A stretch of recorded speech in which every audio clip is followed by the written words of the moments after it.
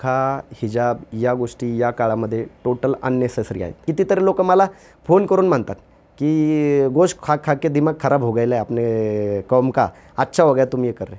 ते मुस्लिम समाजातला दबलेला पिचलेला पुरोगामी गट माझ्या मागं आहे हे मला माहिती आहे, जे याच्यावर बोलायला घाबरतात.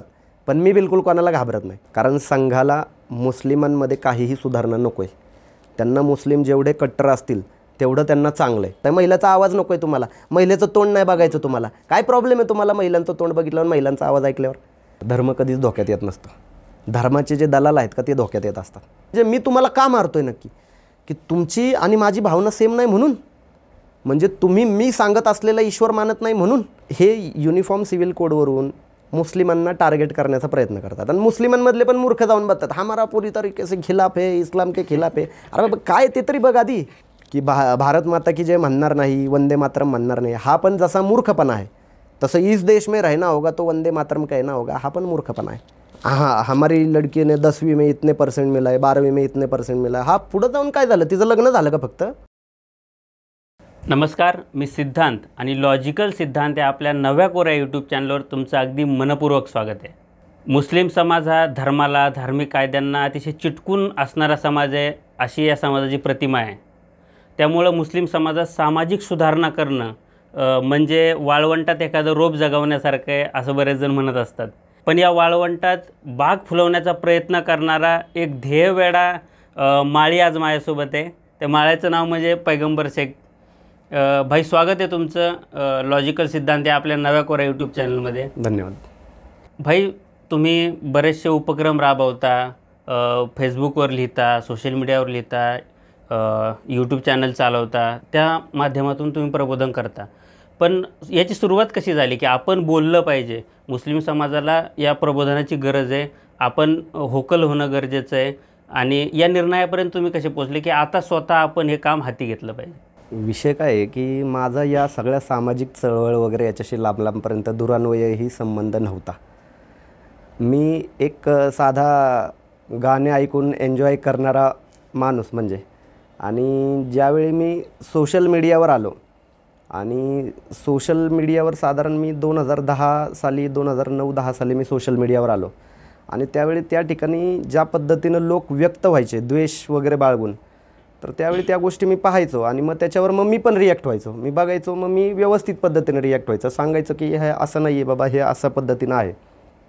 पण नंतर हळूहळू मला हे कळालं की हे या ज्या काही सगळ्या गोष्टी आहेत या एका फॉर्ममध्ये चालू आहेत सगळ्या गोष्टी. जो द्वेष पसरवणं आहे, जो गैरसमज पसरवणं आहे, तो हेतू परस्पर सुरू आहे.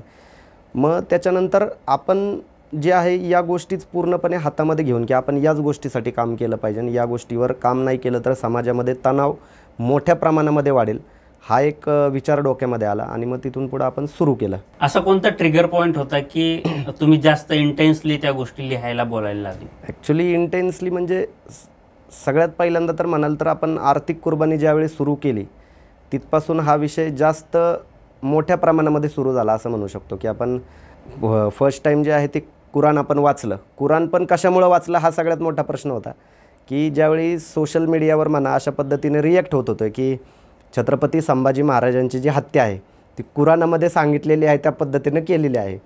तर मला काय माहिती नव्हतं त्या विषयावर ना, मला माहिती नाही, माझं वाचन नाही, म्हणून मला काही बोलताही येणार नाही. मग मी कुराण वाचलं. तर कुराणामध्ये मला तसल्या काही गोष्टी कुठल्याही पद्धतीनं मला आढळल्या नाहीत. आणि त्याच्यानंतर मग मीच स्वतः बोलायला लागलो की बाबा कुराणामध्ये तुम्ही अशी गोष्ट मला दाखवा की त्याच्यानंतर मग मी आयुष्यभर तुमची चाकरी करेल, असा चॅलेंज मग मी त्यावेळी दिला. आणि त्याच्यानंतर मग कुराणामधून मला कुर्बानी जी प्राण्याची दिली जाते ती प्रतिकात्मक आहे. आणि त्याच्यानंतर जी कुर्बानी आपण देतो त्या प्राण्याच्या मांसाचा एक तुकडाही आणि रक्ताचा एक थेंबही ईश्वरापर्यंत, अल्लाहपर्यंत पोहोचत नाही, असं त्याच्यामध्ये लिहिलेलं आहे. आणि त्यानंतर मग आपण आर्थिक कुर्बानी जी आहे ती सुरू केली प्रतिकात्मक. त्यावेळी त्याचं स्वरूप हे शैक्षणिक वगैरे असं पण नव्हतं. पहिल्यांदा आपण ज्यावेळेस कुर्बानी सुरू केली त्यावेळेस आपण अनाथाश्रममध्ये दे, मशिदीमध्ये, मदरस्यामध्ये वह्या वगैरे दे, नोटबुक दे, या सगळ्या गोष्टी आपण पहिल्या ह्याच्यातमध्ये केल्या. आणि नंतर हळूहळू त्याचा बदल जो आहे तो आर्थिक कुर्बानी शिक्षणाकडे असा झाला. मग आर्थिक कुर्बानीला आता बरीच वर्ष झाली, तो एक कार्यक्रम मॅच्युअर स्टेजला आता आल्यासारखा वाटतो. तर त्यातले बदल कसे कसे होत गेले आणि त्यात वेगवेगळ्या कल्पना कशा कशा सुचत गेल्या? ॲक्च्युली काय होतं की या ज्या काही गोष्टी आपण करत गेलो, या गोष्टींमध्ये कुठलाही स्क्रिप्टपणा सगळ्यात सर्वात महत्त्वाची गोष्ट म्हणजे ह्याच्यात कुठलाही स्क्रिप्टपणा नव्हता. या सगळ्या गोष्टी फ्लोमध्ये होत गेल्या. आपण ज्यावेळी आर्थिक कुर्बानी सुरू केली, कुर्बानी ही प्रतिकात्मक आहे एवढाच फक्त उद्देश आपला होता. त्याला आर्थिक कुर्बानी हा विषय पण नव्हता. सेकंड इयरला आपण मग लिटरली कपडे पण डोनेट केलेले आहेत आपण काही ठिकाणी. मग 2018 साली जे आहे केरळमध्ये पूर आला होता आणि केरळमध्ये पूर आल्यानंतर त्यावेळेस आपण आवाहन केलं की केरळमध्ये जे पूर आले त्या पूरग्रस्तांसाठी आपण मदत करायची आणि आपण कुर्बानी केरळसाठी हा उपक्रम आपण सुरू केला आणि त्या उपक्रमाला खूप चांगला प्रतिसाद मिळाला. म्हणजे मला अपेक्षा नव्हती, मी आपलं जस्ट करायचं आहे, फेसबुकवरून आवाहन करायचं आहे. पहिल्यांदा आपण तो उपक्रम सोशल मीडियावर आणला. त्याच्या अगोदर आपण काय करायचो की प्रतिकात्मक जी कुर्बानी आहे ती द्यायचो आणि दिल्यानंतर सोशल मीडियावर टाकायचो. ते पहिलं वर्ष होतं की ज्या वेळेस आपण सामूहिकदृष्ट्या जे आहे सगळ्यांना सामील त्याच्यामध्ये करून घेतलं आणि त्या उपक्रमाला चांगला प्रतिसाद मिळाला. त्याच्यानंतर काही न्यूज चॅनलवर माझ्या मुलाखती झाल्या आणि तिथून खडा जो काही सामाजिक वॉर आहे तो प्रतिगामी आणि पुरोगामी तो सगळ्यात पहिल्यांदा तिथून सुरू झाला मग 2018 सालपासून. आणि मग ज्यांना म्हणजे मला लाईटली घेत होते किंवा ज्यांना वाटत होते की हा विषय काय एवढा महत्त्वाचा नाही आहे, ते सगळे लोक मला सिरियसली घ्यायला लागले. मग दिवसभर फोन चालू झाले. मला त्या दिवसभर फोन येत होते, त्याचं पण एवढं गांभीर्य नव्हतं की काय नक्की केलेलं आहे बुवा. कारण की जनरल गोष्ट आहे की ही गोष्ट या काळामध्ये गरजेची नाही. आपल्या डोक्यामध्ये एवढंच साळसूतपणाने आपण त्या गोष्टी करत होतो. मग 2019ला पण आपण जे आहे ते इथे पूर आला कोल्हापूर सांगली, त्यावेळेस आपण जे आहे भिलवडीमध्ये गेलो होतो. पळूस तालुक्यामध्ये भिलवडी या गावात गेलो. साधारण 7.5 लाखाची मदत आपण तिथे घेऊन गेलो होतो त्यावेळेस आणि 500पेक्षा जास्त किट त्या ठिकाणी आपण दिले होते आणि 150पेक्षा जास्त विद्यार्थ्यांना आपण शैक्षणिक मदत त्या ठिकाणी केली होती. आणि त्याच्यानंतर मग 2020 सालपासून जे आहे आपण आर्थिक कुर्बानी शिक्षणासाठी जो आहे ते त्या उपक्रमाला नाव दिलं आणि त्या नावावर आपण अजूनपर्यंत देखील स्टिकच आहोत. त्यानंतर या सगळ्या कार्यकाळामध्ये साधारण 5,000पेक्षा जास्त विद्यार्थ्यांना आपण मदत केलेली आहे. साधारण 50 लाखापेक्षा जास्त मदत निधी जो आहे या सगळ्या कार्यकाळामध्ये आपण उभा केलेला आहे. आणि सगळ्या गोष्टी ज्या आहेत त्या ट्रान्सपरन्सी आहे आपली, ते तुम्ही पण पाहताय, तुम्हालाही माहिती आहे. मी त्याकडे येणारच आहे. पण हे काय कुराणमध्ये लिहिलेलंच नाही आहे, कुराणचं डिस्टॉर्शन तुम्ही करताय, अशा प्रकारचे सुद्धा आरोप झाले. तर याकडे तुम्ही कसं बघता? म्हणजे कसं आहे की कुराणामध्ये त्या कुर्बानीचा जर इतिहास तुम्ही पाहिला, हजरत इब्राहिम अलैहिस्सलाम यांना त्या कुर्बानीचं जे काही त्यांच्यासोबत घटना घडली त्या घटनेचे अनेक परिप्रेक्ष्य काढले जात आहेत. त्याच्यामध्ये खूप सारे परिप्रेक्ष्य आहेत की ज्यावेळी इब्राहिम अलैहिस्सलाम यांना स्वप्न पडलं होतं आणि ते स्वप्न पडलं होतं की ते त्यांच्या मुलाची कुर्बानी देत आहेत अशा पद्धतीनं. आता तेच स्वप्न त्यांना पडलं होतं, त्यांना ईश्वराने कुर्बानी मागितली नव्हती असंही काही जण बोलतात की त्यांची परीक्षा ईश्वराने घेतली नव्हती. आपण इस्लामिक आयडिओलॉजीनुसारच जाऊया. तर या सगळ्या गोष्टीमध्ये अनेक असे वेगवेगळे परिप्रेक्ष्य आहेत आणि त्या परिप्रेक्ष्यामध्ये जे आहे आपण हे सांगितलं की जो काही ती प्रथा आपण फॉलो आत्ता करतो आहे इब्राहिम अलैहिस्सलामची, त्या घटनेच्या त्या स्मृतीच्या पित्यर्थ आपण ती जी गोष्ट आहे ती फॉलो करतो आहे. आपण प्राण्याची कुर्बानी देतो आहे. इब्राहिम अलैहिस्सलाम यांना कशाची कुर्बानी मागितली होती? मुलाची कुर्बानी मागितली होती. तुम्ही मुलाची कुर्बानी देताय का? नाही देते. तुम्ही देताय कशाची कुर्बानी? तुम्ही देताय बोकडाची. बरं, त्याच्यामध्ये सुद्धा आणखीन एक विषय असा आहे की त्यांना प्रिय वस्तूची कुर्बानी मागितलेली होती. त्याच्या मागचं म्हणजे मी म्हणतो ना की वेगवेगळे परिप्रेक्ष्य आहेत की त्यांना स्वप्न पडलं, स्वप्नामध्ये असं आलं की प्रिय वस्तूची कुर्बानी द्या. मग त्याच्यात आणखीन वेगळे परिप्रेक्ष्य आहेत की त्यांनी 100 उंटांची कुर्बानी दिली, मग 200 उंटांची कुर्बानी दिली. मग त्या 100 आणि 200 उंटांचं झालं काय हा प्रश्न आपल्याला पडत नाही. पण हे पण वेगवेगळे त्याच्यामध्ये परिप्रेक्ष्य आहेत. मग त्यांना समजलं की बाबा त्यांना त्यांच्या इस्माईल अलैहिस्सलाम त्यांचा जो मुलगा होता त्याची कुर्बानी मागितली. मग त्यांनी ते कुर्बानी द्यायला गेले आणि ईश्वराने त्यांची कुर्बानी स्वीकारली. मग त्याच्यात आणखीन वेगवेगळ्या ज्या आहेत त्या कथा आहेत. मग त्या ठिकाणी बोकडासारखा एक प्राणी होता, मग त्या प्राण्याची त्यांनी कुर्बानी दिली आणि मग ती जी कुर्बानीची जी घटना आहे त्या कुर्बानीच्या घटनेच्या स्मृतिपित्यर्थ आत्ताचा जो काही मुस्लिम समाज आहे तो प्राण्याची कुर्बानी देतो. मुळात आत्ताच्या घडीला तुमची प्रिय वस्तू हा प्राणी असू शकत नाही. आणि आपण आपल्या मुलाची कोणाची म्हणजे माझी काय अशी अपेक्षा नाही आहे की ही जी काही मुलाखत झालेली आहे, कारण काही लोक भावनाविभोर पण होण्याच्या शक्यता कधी कधी असतात. तर कोणीतरी कुठनं तरी आपल्या आपत्याची वगैरे कुर्बानी द्यावी, स्वतःची द्यावी अशी कुठली अपेक्षा वगैरे आम्हाला नाही आहे. पण आत्ताच्या घडीला जर तुम्ही प्रिय वस्तूची कुर्बानी देताय तर प्रिय वस्तू हा प्राणी असू शकत नाही. बरं, तो प्राणी तुम्ही कशाने घेता? तो घेता पैशाने. आता आपण काय करतोय? त्याच पैशाने आपण शैक्षणिक साहित्य घेतोय. आता आपण ते शैक्षणिक साहित्य घेऊन ज्या ठिकाणी तुम्ही पावशरच मटण देता, तुम्ही ते पावशर पण खूप जास्त सांगतोय मी, त्या ठिकाणी आपण वर्षभर पुराली एवढं शैक्षणिक साहित्य दिलं आहे. यावर्षी तर आपण सरळ टॅगलाईन वापरली, नकोय मटण हवंय शिक्षण म्हणून. कारण काय करणार तुम्ही त्या गोष्टी देऊन? जे लोक ऑलरेडी वर्षभर मटण खात आहेत त्यांना तुम्ही आणखीन मटण देऊन करणार काय? आणि या सगळ्या गोष्टीमुळं फक्त या आर्थिक कुर्बानी शिक्षणासाठी ते प्राण्यांची काय म्हणतात कुर्बानी किती कमी झाली किती नाही हा विषय जेवढा महत्त्वाचा आहे तेवढाच एक शैक्षणिक चळवळ समाजामध्ये सुरू झाली हा विषय त्यापेक्षा जास्त महत्त्वाचा आहे. आणि लोक विचार करायला लागले. कितीतरी लोक मला फोन करून म्हणतात कि गोश्त खा खा के दिमाग खराब हो गया है अपने कौम का, अच्छा हो गया तुम ये कर रहे. असे फोन करून सांगणारे लोक आहेत. कितीतरी शाळा आपल्या उपक्रमामध्ये सामील होतात, त्या शाळा मुस्लिमांच्या आहेत. या सगळ्या गोष्टी होत आहेत ना, आणि हा बदल आहे तो हळूहळू होईल. ओके. भाई तुम्ही संयम पण ठेवताय, पण काही महिन्यापूर्वी किंवा मागच्या वर्षी म्हणा कर्नाटकमध्ये घटना घडली की शाळेच्या ड्रेस कोड म्हणून हिजाबला मान्यता ते मान्य नाही म्हणून त्यांनी सांगितलं, बुरखा हिजाब. आणि त्यानंतर एक डिबेट सुरू झाला की हिजाब पाहिजे की नको, हिजाबवर सार्वजनिक ठिकाणी बंदी असली पाहिजे का. तर यावर तुम्ही स्पष्टपणे त्याला विरोध दर्शवलेला होता. तर बुरखा हिजाब या गोष्टीकडे तुम्ही कसं बघता? ॲक्च्युली काय माहिती आहे का, बुरखा हिजाब या गोष्टी या काळामध्ये टोटल अननेसेसरी आहेत, अजिबात गरजेच्या नाही आहेत. त्यावेळी जो काही विषय त्या ठिकाणी चालू होता त्यावेळेससुद्धा मी मेन स्ट्रीमच्या ज्या मीडिया होत्या त्या मीडियांना मी बोलत होतो की मला भूमिका मांडू द्या. कारण त्यावेळी त्या पद्धतीच्या भूमिका न मांडल्या गेल्यामुळं मुस्लिम समाजातल्या महिलांचं किती नुकसान झालं हे मी पाहतो. ज्या महिला कधी हिजाब बुरखा घालत नव्हत्या त्याही महिलांना त्या काळामध्ये त्या आंदोलनाच्या प्रेशरमुळं हिजाब आणि बुरखा घालावा लागलेला आहे. एखाद्या शाळेमध्ये एखाद्या कॉलेजमध्ये जर त्यांचा ड्रेस कोड असेल तर तो ड्रेस कोड घालायला तुम्हाला काय प्रॉब्लेम आहे? आणि त्याच्यामध्ये कुठला हिजाब आणि कुठला बुरखा आला? काही संबंधच नाही ना कशाचा. इतर ठिकाणी सार्वजनिक ठिकाणी तुम्ही वावरताय, तुम्ही शाळामध्ये, तुम्ही हॉस्पिटलमध्ये जाताय, तुम्ही इतर ठिकाणी भाजी वगैरे मार्केट वगैरेमध्ये जाताय, तुम्ही बुरख्यामध्ये असता, तुम्ही हिजाबमध्ये असता, कोणी तुम्हाला काही बोलतं आहे? कोणीही बोलत नाही, कोणाचा आक्षेप पण नाही. तो प्रत्येकाचा अभिव्यक्ती स्वातंत्र्याचा विषय आहे की कोणी काय परिधान करावं. तो परिधान करू नका असंही बोलण्याची आवश्यकता नाही आहे, आणि परिधान करा याची सक्ती पण नसायला पाहिजे. पण मुस्लिम समाजामध्ये काय आहे की तो परिधान करायला हवा याचं एक सामाजिक दडपण जे आहे ते इन कम्युनिटी जे आहे ते मोठ्या प्रमाणामध्ये आहे.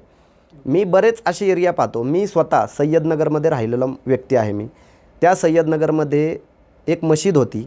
त्या मशिदीसाठी मी माझ्या आजोबांसोबत घरोघरी चंदा जमा करण्यासाठी फिरलेला माणूस आहे. माझं वय त्यावेळेस मी दुसरीमध्ये असेल. त्यावेळेस त्या भागामध्ये बहुतांश महिला या कधीही बुरखा घालत नव्हत्या, कधीही बुरखा घालत नव्हत्या. त्यांचा आणि बुरख्याचा काही संबंध नव्हता. महिला या मॅक्सिमम साडीमध्ये असायच्या किंवा पंजाबी ड्रेसमध्ये असायचा, आणि कोणाला काही फरक पण पडत नव्हता ॲक्च्युली.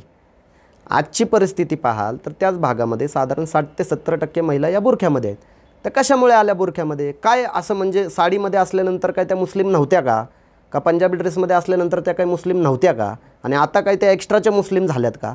हा प्रश्न आपल्याला पडायला पाहिजे. त्याच्याही पलीकडे जाऊन त्या काळामध्ये बीडसारख्या ठिकाणी पेहले हिजाब फिर किताब वगैरे ते बॅनर लागले. त्याच्यानंतर मी सडाडून टीका केली. मग तर मी अजिबातच सोडलं नाही कोणाला, कारण की हा फालतूपणा अजिबात खपवून घेतला जाणार नाही. महाराष्ट्रासारख्या ठिकाणी तर अजिबात खपवून घेतला जाणार नाही. ते मुस्लिम समाजातला दबलेला पिचलेला पुरोगामी गट माझ्या मागं आहे हे मला माहिती आहे, जे याच्यावर बोलायला घाबरतात. पण मी बिलकुल कोणाला घाबरत नाही, कारण ह्या गोष्टी बोलणं गरजेचं आहे आणि सांगणं गरजेचं आहे की हा फालतूपणा आहे. ह्या फालतूपणातून आपल्याला बाहेर निघणं गरजेचं आहे. आणि हा विषय फक्त एवढ्यापुरता मर्यादित नाही आहे.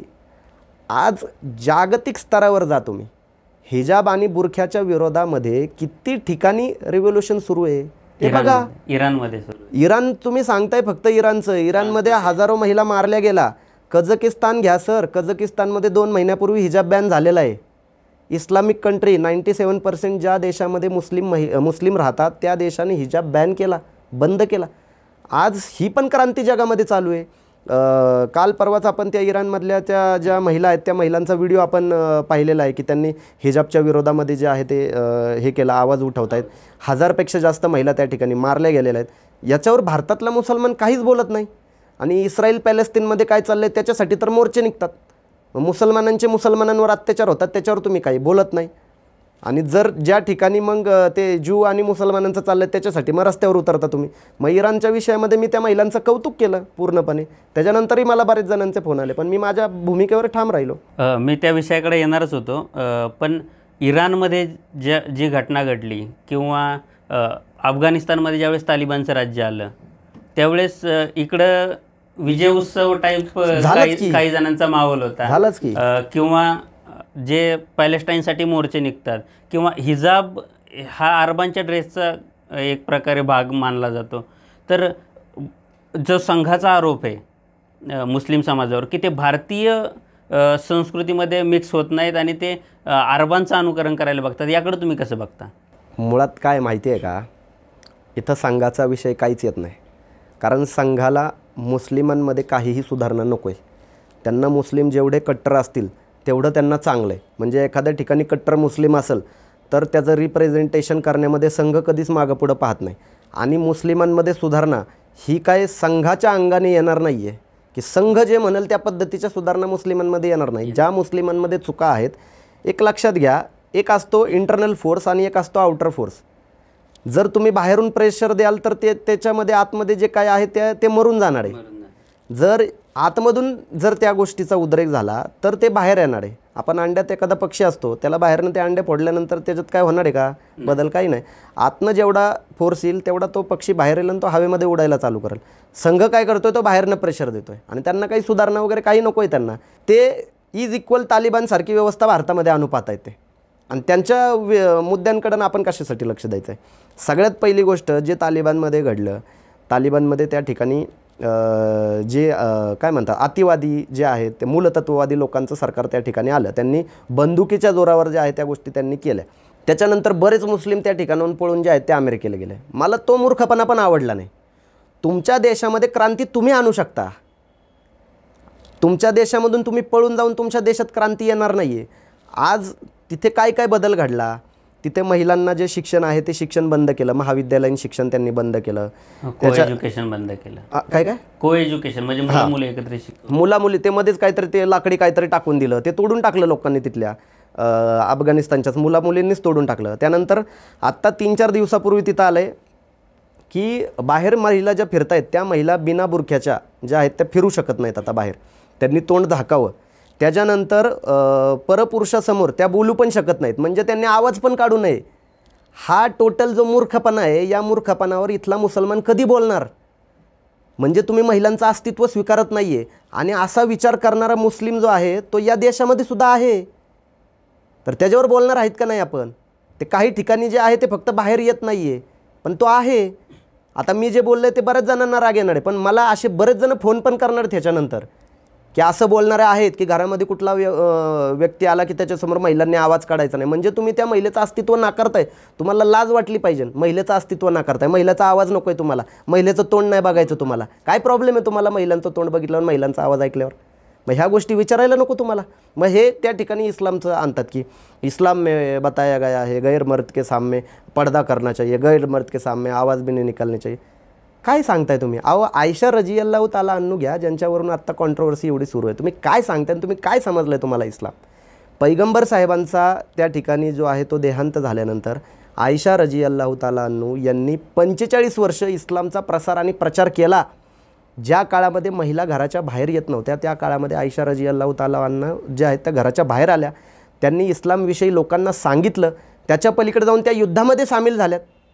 कितीतरी ठिकाणी त्यांनी जे युद्धामध्ये जखमी झालेले लोक आहेत त्यांची काय म्हणतात, त्यांच्या शुश्रूषा जे आपण काय म्हणतो त्यांची देखभाल वगैरे, ह्या सगळ्या गोष्टी त्यांनी केल्यात. आणि तुम्ही कुठल्या इस्लामचं नाव घेऊन काय सांगताय? तुम्ही काहीतरी इस्लामचं नाव घेऊन अतिवादी विचार काहीतरी सांगताय. आज अरबसारख्या ठिकाणी देखील बदल झाला आहे. मिस युनिव्हर्समध्ये तिथल्या महिला सामील व्हायला लागल्यात. आणि तुमचं चाललं आहे काय? मराठी शाळेमध्ये पण हिजाब घालून जायचं आहे. कुठं चालली तुमची क्रांती? ह्याचा विचार केला पाहिजे. आणि हा विषय मुस्लिमांमध्ये अंतर्गत विषय आहे. ह्याच्यामध्ये हिंदुत्ववाद्यांनी पडू पण नाही, कारण तुम्ही इज इक्वल टू त्यांच्याशी आहात. ते ज्या पद्धतीची तालिबानमध्ये जी काही व्यवस्था त्यांनी आणलेली आहे त्याच पद्धतीची व्यवस्था तुम्हाला इथं पाहिजे. फक्त तुमच्या हातामध्ये बंदुका नाहीत, हाच फरक आहे तुमच्यामध्ये, बाकी काही नाही आहे. तुम्ही कुराणमधले रेफरन्स देताय किंवा इस्लामिक इतिहासामधले रेफरन्स देत आहेत, पण हे रेफरन्स म्हणजे मुल्ला मौलवींना किंवा मूलतत्ववाद्यांनाही माहिती असतील की? 100% माहिती आहेत. मग ते त्या अंगाने न जाता महिलांचं दमन करण्याच्या अंगाने का जातात? मग त्यांना गुलाम कसे भेटणार? मग जे काही चाललेलं आहे, प्रत्येकजण आपापली दुकान जे आहे ते दुकान वाचवण्याचा प्रयत्न करतोय. आज जर इथल्या बहुसंख्य समाजाने पुरोगामी विचार स्वीकारले, समजा मुस्लिम समाजाने, मुस्लिमांमधल्या बहुतांश लोकांनी पुरोगामी विचार, सुधारणावादी विचार स्वीकारले, तर त्यांच्याकडे जाणार कोण? त्यांना विचारणार कोण?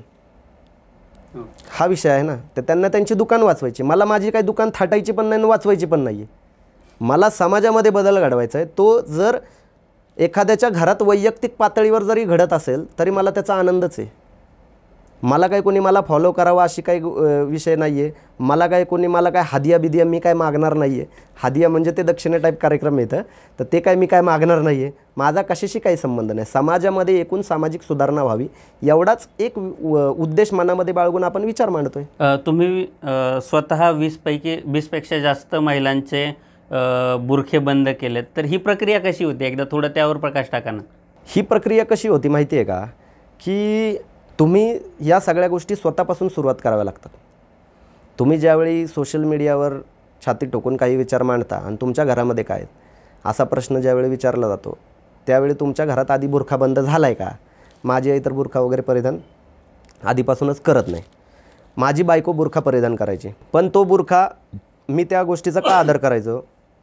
कारण की तो व्यक्ती स्वातंत्र्याचा भाग आहे. पण तो बुरखा एक गुलामीचं लक्षण आहे हे पण पटवून देणं तुमचं काम आहे ना. तर ते पटवून देण्यामध्ये मी यशस्वी झालो माझ्या बायकोला. ते बंद करण्याच्या वेळेस तिला एकच घटना सांगितली. अफगाणिस्तानमध्ये तालिबानचं सरकार आलं होतं, त्यावेळेस त्या ठिकाणी एका महिलेने बुरखा घातला नव्हता म्हणून त्या महिलेला गोळ्या घातल्या होत्या भर चौकामध्ये. त्याच्यानंतर ती बातमी मी माझ्या बायकोला वाचून दाखवली. म्हणलं हे असं असं आहे. म्हणलं आज या घटनेचा वैयक्तिक पातळीवर निषेध करण्यासाठी आजपासून तू बुरखा घालत नको जाऊ, एवढं मी माझ्या बायकोला बोललो. आणि त्याच्यानंतर त्या दिवसापासून तिने बुरखा जो आहे तो बंद केला. आणि तो बुरखा बंद केल्यानंतर मी सुद्धा सोशल एक्सपेरिमेंट करणारा माणूस आहे. मी सोशल एक्सपेरिमेंट केला त्या गोष्टीचा. तिला 15 दिवसांनी विचारलं, बाबा तुला आता कसं वाटतंय बुरख्याच्या नंतर, तुला काय कम्फर्टेबल वाटत नाही का? म्हणले नाही, मला काय वाटत नाही, एवढं काय प्रॉब्लेम नाही. मग तिला बऱ्याच ठिकाणी मी घेऊन गेलो ज्या ठिकाणी ती कधी विदाऊट बुरखा गेलेली नव्हती. म्हणजे माझी बायको घरातून 100 मीटर अंतरावर सुद्धा कधी विदाऊट बुरखा न गेलेल्या महिलेला मी बऱ्याच किलोमीटरपर्यंत घेऊन गेलेलो, फिरवलं. त्याच्यानंतरही तिला पहिल्यांदा काही या गोष्टी वाटल्या नाही. त्याच वेळेस त्याच्यानंतर ज्यावेळेस रमजान ईद आली होती, मी कॅम्पमध्ये गेलो होतो. मदिना हॉटेलमध्ये आम्ही जेवायला गेलो होतो. मी हॉटेलचं नाव पण सांगतो. आणि त्या हॉटेलमध्ये जेवायला गेल्यानंतर तिथं जास्त करून फॅमिलीचे लोक येतात. माझी एकटीच बायको अशी होती जी विदाऊट बुरख्यामध्ये होती. आणि त्यानंतर मी तिला म्हणालं की आता तुला कसं वाटतंय म्हणलं इथं? तर ती म्हणली मला तुम्ही जे सांगता म्हणजे ते गुलामीचं लक्षण आहे, त्याचं रिफ्लेक्शन इथं होतं आहे. ते समजायला वेळ जातो सर, आणि त्याच्यावर काम करावं लागतं व्यवस्थित पद्धतीनं. ज्यावेळी ह्या गोष्टी समजतात, तुम्हाला असं वाटतंय की मुस्लिम समाजातल्या बहुतांश महिला या बुरखा परिधान करतात, तर त्या काही स्वेच्छेने परिधान करतात, तशातला काही भाग नाही आहे. खूप साऱ्या महिला, काही महिला किंवा बऱ्याच महिला या स्वेच्छेने परिधान करतही असतील, त्याच्या बाबतीमध्ये माझ्याही मनामध्ये काही तिळमात्र शंका नाही आहे. परंतु अशा खूप साऱ्या महिला देखील आहेत की ज्यांना बुरखा हा त्यागायचा आहे, परंतु तो त्यागता येत नाही. त्याच्या मागची कारणं मुस्लिम समाजामधली जेवढी आहेत तेवढीच हे हिंदुत्ववाद्यांचं जे काही प्रेशर चालू असतं की दिवसरात्र शिव्या घालणं. म्हणजे तुम्ही काहीतरी सुधारणा करण्याचा प्रयत्न करायचा तर मुस्लिम समाजातनं पहिला वाक्य काय येतं की इधर पहिले ये लोग हमको तकलीफ दे रहे, उसमें तुम ये कुछ तो नया लेके आ गए. म्हणून भारतामध्ये सुधारणा जे होणं आहे का, भारताचे मधले मुस्लिम सुधारणेचे जे परिपेक्ष आहेत का, ते खूप वेगवेगळे आहेत. तुम्ही त्या अरब कंट्री, इस्लामिक राष्ट्रांशी त्यांची तुलना करू शकत नाही. तिथं ते पूर्णपणे भरडून जाऊन सगळ्या गोष्टी होऊन कुठलाही धर्म हा परिपूर्ण नसतो. आणि त्याच्या बाबतीमध्ये त्याचं काहीतरी इंटरनॅशनल लेवलला, नॅशनल लेवलला मार्केटिंग करण्याची पण गरज नाही आहे. कारण त्यांना त्यांच्या चुका कळाल्यात, ते त्यांच्यामध्ये बदल करतात. इथल्या हिंदू धर्मियांमध्ये पण काही चुका होत्या, ते त्याच्यामध्ये बदल केले त्यांनी आणि अजूनही बदल करतात ते. मग त्याचं काय जागतिक पातळीवर मार्केटिंग करायचं का? परंतु आत्ता चाललंय काय, अरब राष्ट्रांमध्ये काय चाललं, त्याचं मार्केटिंग करा. अरे मार्केटिंग करून काय करणार? इथल्या मुस्लिमांमधले जे सुधारणावादी येतात त्यांच्याविषयी तुमच्या काय भूमिका आहेत? त्यांना आमच्यासारखी लोक पण नको असतात बिलकुल. जे संघाला पण पूर्णपणे धुवून काढतात आणि मुस्लिमांमधल्या पण धर्मांधांना धुवून काढतात, असे लोक संघाला कधीच नको असतात. आपल्या काही व्ह्युअर्स मुस्लिम महिला पण असतील, तर तुम्ही त्या मुस्लिम महिलांना हिजाबबद्दल कसं सांगाल, म्हणजे की त्यांना विचार करायला त्यांनी काय विचार केला पाहिजे नेमका? सगळ्यात पहिली गोष्ट तर काय माहिती आहे का, माझा बुरख्याला पूर्ण विरोध आहे, हिजाबला माझा अंशतः विरोध आहे. का? कारण की हिजाबमध्ये फक्त डोकं वगैरे त्या ज्या काही गोष्टी झाकलेल्या असतात आणि तोंडाची त्यांची आयडेंटिटी जी आहे ती आयडेंटिटी दिसते. काही महिला या हिजाब फक्त केस खराब होऊ नये म्हणून सुद्धा घालतात, त्याच्या मागची वेगवेगळी कारणं आहेत. त्यामुळं ती कारणं देखील आपण समजून घेणं गरजेचं आहे. परंतु तो हिजाब काहीतरी दुसरी तिसरी चौथीपासून काहीतरी घालायला लावायचं, हा कुठंतरी मूर्खपणा आहे. अशा महिला या सिव्हिल सर्व्हिसमध्ये किती आहेत याचा विचार करणं गरजेचं आहे. या महिला पुढं जाऊन पोलीस बनण्याचा विचार करतात का, सरकारी नोकरीमध्ये येण्याचा विचार करतात का? तिथं त्यांना तो अडसर येतो. सगळ्यात पहिला अडसर तो येतो की ते त्या ठिकाणी त्या गोष्टी सोडत. कारण एवढ्या वर्षापासून एखादी गोष्ट परिधान, आता माझी आई जी आहे ती लहानपणापासून म्हणा, लग्न झाल्यापासून म्हणा, साडी परिधान करते. आता वयाच्या 50व्या वर्षी 60व्या वर्षी तिला म्हणलं बुरखा परिधान करते, करणार आहे का? अजिबात करणार नाही ती परिधान. तसंच हा विषय असतो की एखादी मुलगी लहानपणापासून ज्यावेळी बुरखा हिजाब परिधान करते, ती समजा 18-20 वर्षाची झाली, तर तिला तुम्ही डायरेक्ट म्हणाल की बाबा बुरखा बंद कर, तर ती बंद करणार आहे का? ती नाही बंद करणार. त्यामुळे त्यांच्या पालकांनी हा विचार केला पाहिजे की आपण कशासाठी त्या गोष्टी आत्ता करायला लावतो आहे. लिटरली लाज वाटते याची की मराठी शाळांमध्ये देखील मला फोन येतात काही जणांचे की या शाळेमध्ये हिजाब अलाव नाही. म्हणलं टाकू नका त्या शाळेमध्ये, उर्दू शाळांमध्ये टाका, मग ज्या शाळांमध्ये चालतं त्या शाळेमध्ये. तुम्हाला मराठी शाळेमध्ये का शिकायचं, मग तिथंच जाऊन कशासाठी तुम्हाला हिजाब घालायचं आहे? आणि हे मुस्लिमांमधून बोललं गेलं पाहिजे. बाहेरचे लोक त्याचं भांडवल करतात. हे जे हिंदुत्ववादी आहेत का, सो कॉल्ड जे म्हणतात, ते त्याचं भांडवल करतात. त्यांना त्याच्यामध्ये बदल नको आहे, त्यांना फक्त मुस्लिमांना त्यांना फक्त शिव्या घालायच्यात. त्याच्यामध्ये सुधारणा अभिधारणा काही त्यांचा मूळ अंग हेतू काहीच नाही. आणि मग त्याच्यामुळं होतं काय की त्या सगळ्या गोष्टींमुळे मुस्लिमांमध्ये सुधारणा करता येत नाही. आता तुम्ही आणि मी आहे, आपण दोघं भाऊ आहे, ठीक आहे. आता आपल्या दोघांमध्ये काहीतरी चुका आहेत, कमी आहे, काहीतरी आहे, आणि मी तुम्हाला काहीतरी बोलतोय, तुम्ही त्या दोन गोष्टी ॲक्सेप्ट पण कराल. आता तिसरा माणूस येतोय बाहेरनं, तुम्हाला शिव्या घालतोय, मग ते मी ऐकून घेणार आहे का? मग हा तो प्रकार आहे. मग त्या गोष्टी त्यांनी समजून घेतल्या पाहिजे. माझं तर त्यांना स्पष्ट आणि क्लिअर आव्हान आहे, 10 वर्षासाठी सुधारणावाद्यांसाठी तुम्ही मोकळे सोडा. हे जे फालतू धंदे चालू आहेत का न्यूज चॅनलवरनं, इतर ठिकाणी, ह्याला धर त्याला मार, हे सगळे बंद करा तुम्ही जरा. त्यांना थोडीशी स्पेस द्या मुस्लिमांना विचार करण्यासाठी. विचार करायला स्पेस आहे का बघा ना. आज 10 पैकी 8 बातम्या या मुस्लिम विरोधांच्या चालू असतात न्यूज चॅनलवर. हिंदी चॅनल तर विचारूच नका तुम्ही, कंटिन्यू सुरू असतं. मग हा मुस्लिम समाज विचार करणार कधी या गोष्टींवर की हिजाब बंद केला पाहिजे, बुरखा बंद केला पाहिजे, महिलांना मशिदीमध्ये जे आहे तो प्रवेश मिळाला पाहिजे, या सगळ्या गोष्टींवर मुस्लिम विचार कधी करणार? स्पेसच नाही आहे. तुम्ही मीडियाचा उल्लेख केला म्हणून त्याबद्दल एक विचारायचं की मीडियामध्ये शेरवानी घातलेला, तसली फरची टोपी घातलेला मौलाना बसवले जातात आणि ते एक बोलतात, मग त्यांना बॅशिंग होतं दुसऱ्या बाजूने पॅनलिस्टकडनं, आणि मुस्लिम समाजाच्या प्रतिमेवर याचा कसा परिणाम होतो? सगळ्यात पहिली गोष्ट, आज मुस्लिम समाजामध्ये अशी किती लोक आहेत जे पठाणी, टोपी, दाढी ठेवतात. ते काय मुस्लिम समाजाला रिप्रेझेंट करत असतात का? त्यांच्यामध्ये असे खूप कमी लोक आहेत ज्यांना पूर्ण माहिती असते. त्यांच्यामध्ये स्कॉलर नाहीत असं माझं काही म्हणणं नाही आहे, खूप कमी लोक असतात. पण त्याच्यामध्ये बऱ्याच ठिकाणी आपण न्यूज चॅनलवर जर बघितलं, हिंदी न्यूज चॅनलवर ही घ्या तुम्ही, आता कुठं जाऊन थोडेफार पुरोगामी वगैरे आणतात ते हिंदी चॅनलवर, पण ते भाजपचे असतात. मला म्हणायचं आहे काय, तटस्थ असणारा एखादा माणूस येऊ शकत नाही का, जो कुठल्या पक्षाशी संबंधित नाही आहे, जो कुठल्या हिंदुत्ववादी म्हणा, जे मुस्लिम समाजाचा द्वेष करतात त्यांच्याशी संबंधित नाही आहे, त्यांना आणू शकत नाही का? तसं कधीच दिसत नाही. इव्हन मी मराठी माध्यमांमध्ये पण कितीतरी चर्चा बघितल्या, त्या चर्चांमध्ये जे काही लोक आणतात ते एकतर त्यांना मराठीच येत नसते पहिली गोष्ट, ते दाढी टोपी घातलेले असतात आणि त्याच्यावरनं मग वादविवाद सुरू असतात. बॅलन्स भूमिका मांडणारे आणत, कारण की जे मुस्लिमांमधले सुधारणावादी पण विचार मांडतील आणि जे काही हिंदुत्ववाद्यांचं जे काही चुकीचं पद्धतीने नॅरेटिव्ह बनवलं जातं त्याच्यावरही बोलतील. अशा पद्धतीचे लोक आणतच नाहीत. आणि अशा पद्धतीचे लोक नाहीत असं माझं असं काही म्हणणं नाही, आणि मी एकटाच आहे असं पण माझं काही म्हणणं नाही. माझ्यासारखे हजारो आहेत. आणल्यानंतर तुम्ही शोधले तर तुम्हाला मिळणार. पण या लोकांना जर सुधारणावाद्यांना जर एक्सपोजर मिळालं मीडियामध्ये, तर त्याचा पॉझिटिव्ह इम्पॅक्ट बघायला मिळेल मुस्लिम समाजात? 100% मुस्लिम समाजामध्ये इम्पॅक्ट बघायला मिळेल. मध्येच आता जी मुलाखत आली होती काही दिवसांपूर्वी, त्या मुलाखतीमध्ये सुद्धा मी म्हणालो की राजकीय विषय होता त्याच्यामध्ये, की मुस्लिमांमधून एखादं नेतृत्व उभं राहायला लागलं. समजा हडपसरसारखा भाग आहे, तिथे 1 लाखपेक्षा जास्त मुस्लिम समाजाचे मतदार आहेत आणि त्या ठिकाणी मुस्लिम समाजातला चेहरा उभा राहिला. आता तो जर एखाद्या गणपतीच्या ठिकाणी गेला, दिवाळीच्या ठिकाणी एखाद्या ठिकाणी गेला, मग आपने में नाही चलता असं म्हणणारे लोक आहेत. ते एक वाक्य एवढं मुस्लिम लोकांना आवडलं ना, तुम्हाला सांगतो. त्यानंतर मी बदल बघतोय स्वतः, की मला किती जणांचे फोन आलेत आणि किती जणांनी तो विषय स्वीकारला आणि त्या दिवशी ते म्हणाले की नाही, आम्ही सुद्धा इतर लोकांमध्ये मिक्स होणार. हे जे काही आजपर्यंत आम्हाला सांगितलं ते चुकीच्या पद्धतीने सांगितलं गेलं. आपण राहतोय कुठं? दर 50 मीटरला तुमची संस्कृती बदलते. आपण म्हणतोय किलोमीटरला, किलोमीटर सोडून द्या तुम्ही. दर 50 मीटरला, शहरी भागामध्ये तर 50 मीटरला संस्कृती बदलती, भाषा बदलती, लोकांचं जे बोलण्याची टोनिंग आहे ते बदलती. त्या ठिकाणी तुम्ही काहीतरी हेकेखोरपणा घेऊन बसणार, नाही चालणार ना. बरं, मला म्हणायचं आहे काय, की या सगळ्या गोष्टी फक्त इतर धर्मियांच्या बाबतीत आहे का? तसंही नाही आहे. मुस्लिमांमधलं पण मुस्लिमांशी पटत नाही. त्यांच्या काहीतरी धार्मिक भावना वेगळ्या आहेत म्हणून, तुमच्या काहीतरी धार्मिक भावना वेगळ्या आहेत म्हणून. मग कशासाठी एवढा विचार करायचा? मी म्हणतो, ज्या तुमच्या धार्मिक भावना आहेत त्या तुमच्या मनामध्ये ठेवा, तुम्ही तुमचं चालू राहू द्या, लोकांमध्ये मिक्स व्हा. आणि त्याला मुस्लिमांमधून चांगला रिस्पॉन्स आलेला आहे. मला जेवढे काही फोन आलेत का, एकही निगेटिव्ह फोन नाही आहे, एकही. मी तुम्हाला सांगतो की सगळ्या जणांनी मला फोन करून म्हणले की तुम्ही जे काही मुद्दे मांडले ते मुद्दे अतिशय चांगल्या पद्धतीने मांडले आणि आम्ही या पद्धतीने वागण्याचा प्रयत्न करू.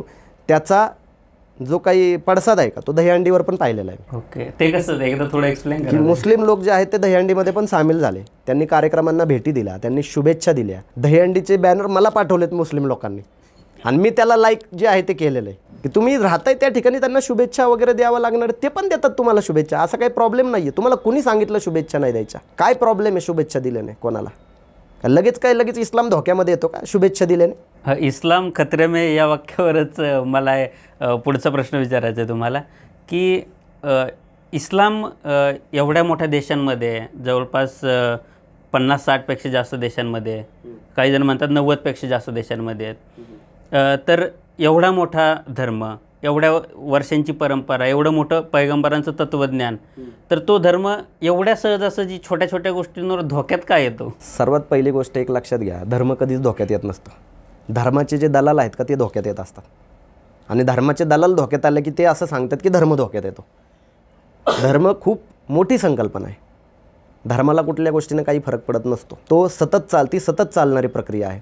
त्या सतत चालणाऱ्या प्रक्रियेमध्ये सतत सुधारणा होत असतात आणि सतत रिफॉर्म होत असतात. आणि ज्या ठिकाणी रिफॉर्म होत असतो तो धर्म सुरक्षित असतो. आणि ज्या धर्मामध्ये रिफॉर्म होत नाही तो धर्म खतरेमध्ये असतो, तो धोक्यात असतो खरं तर. हे लक्षात घेतलं पाहिजे.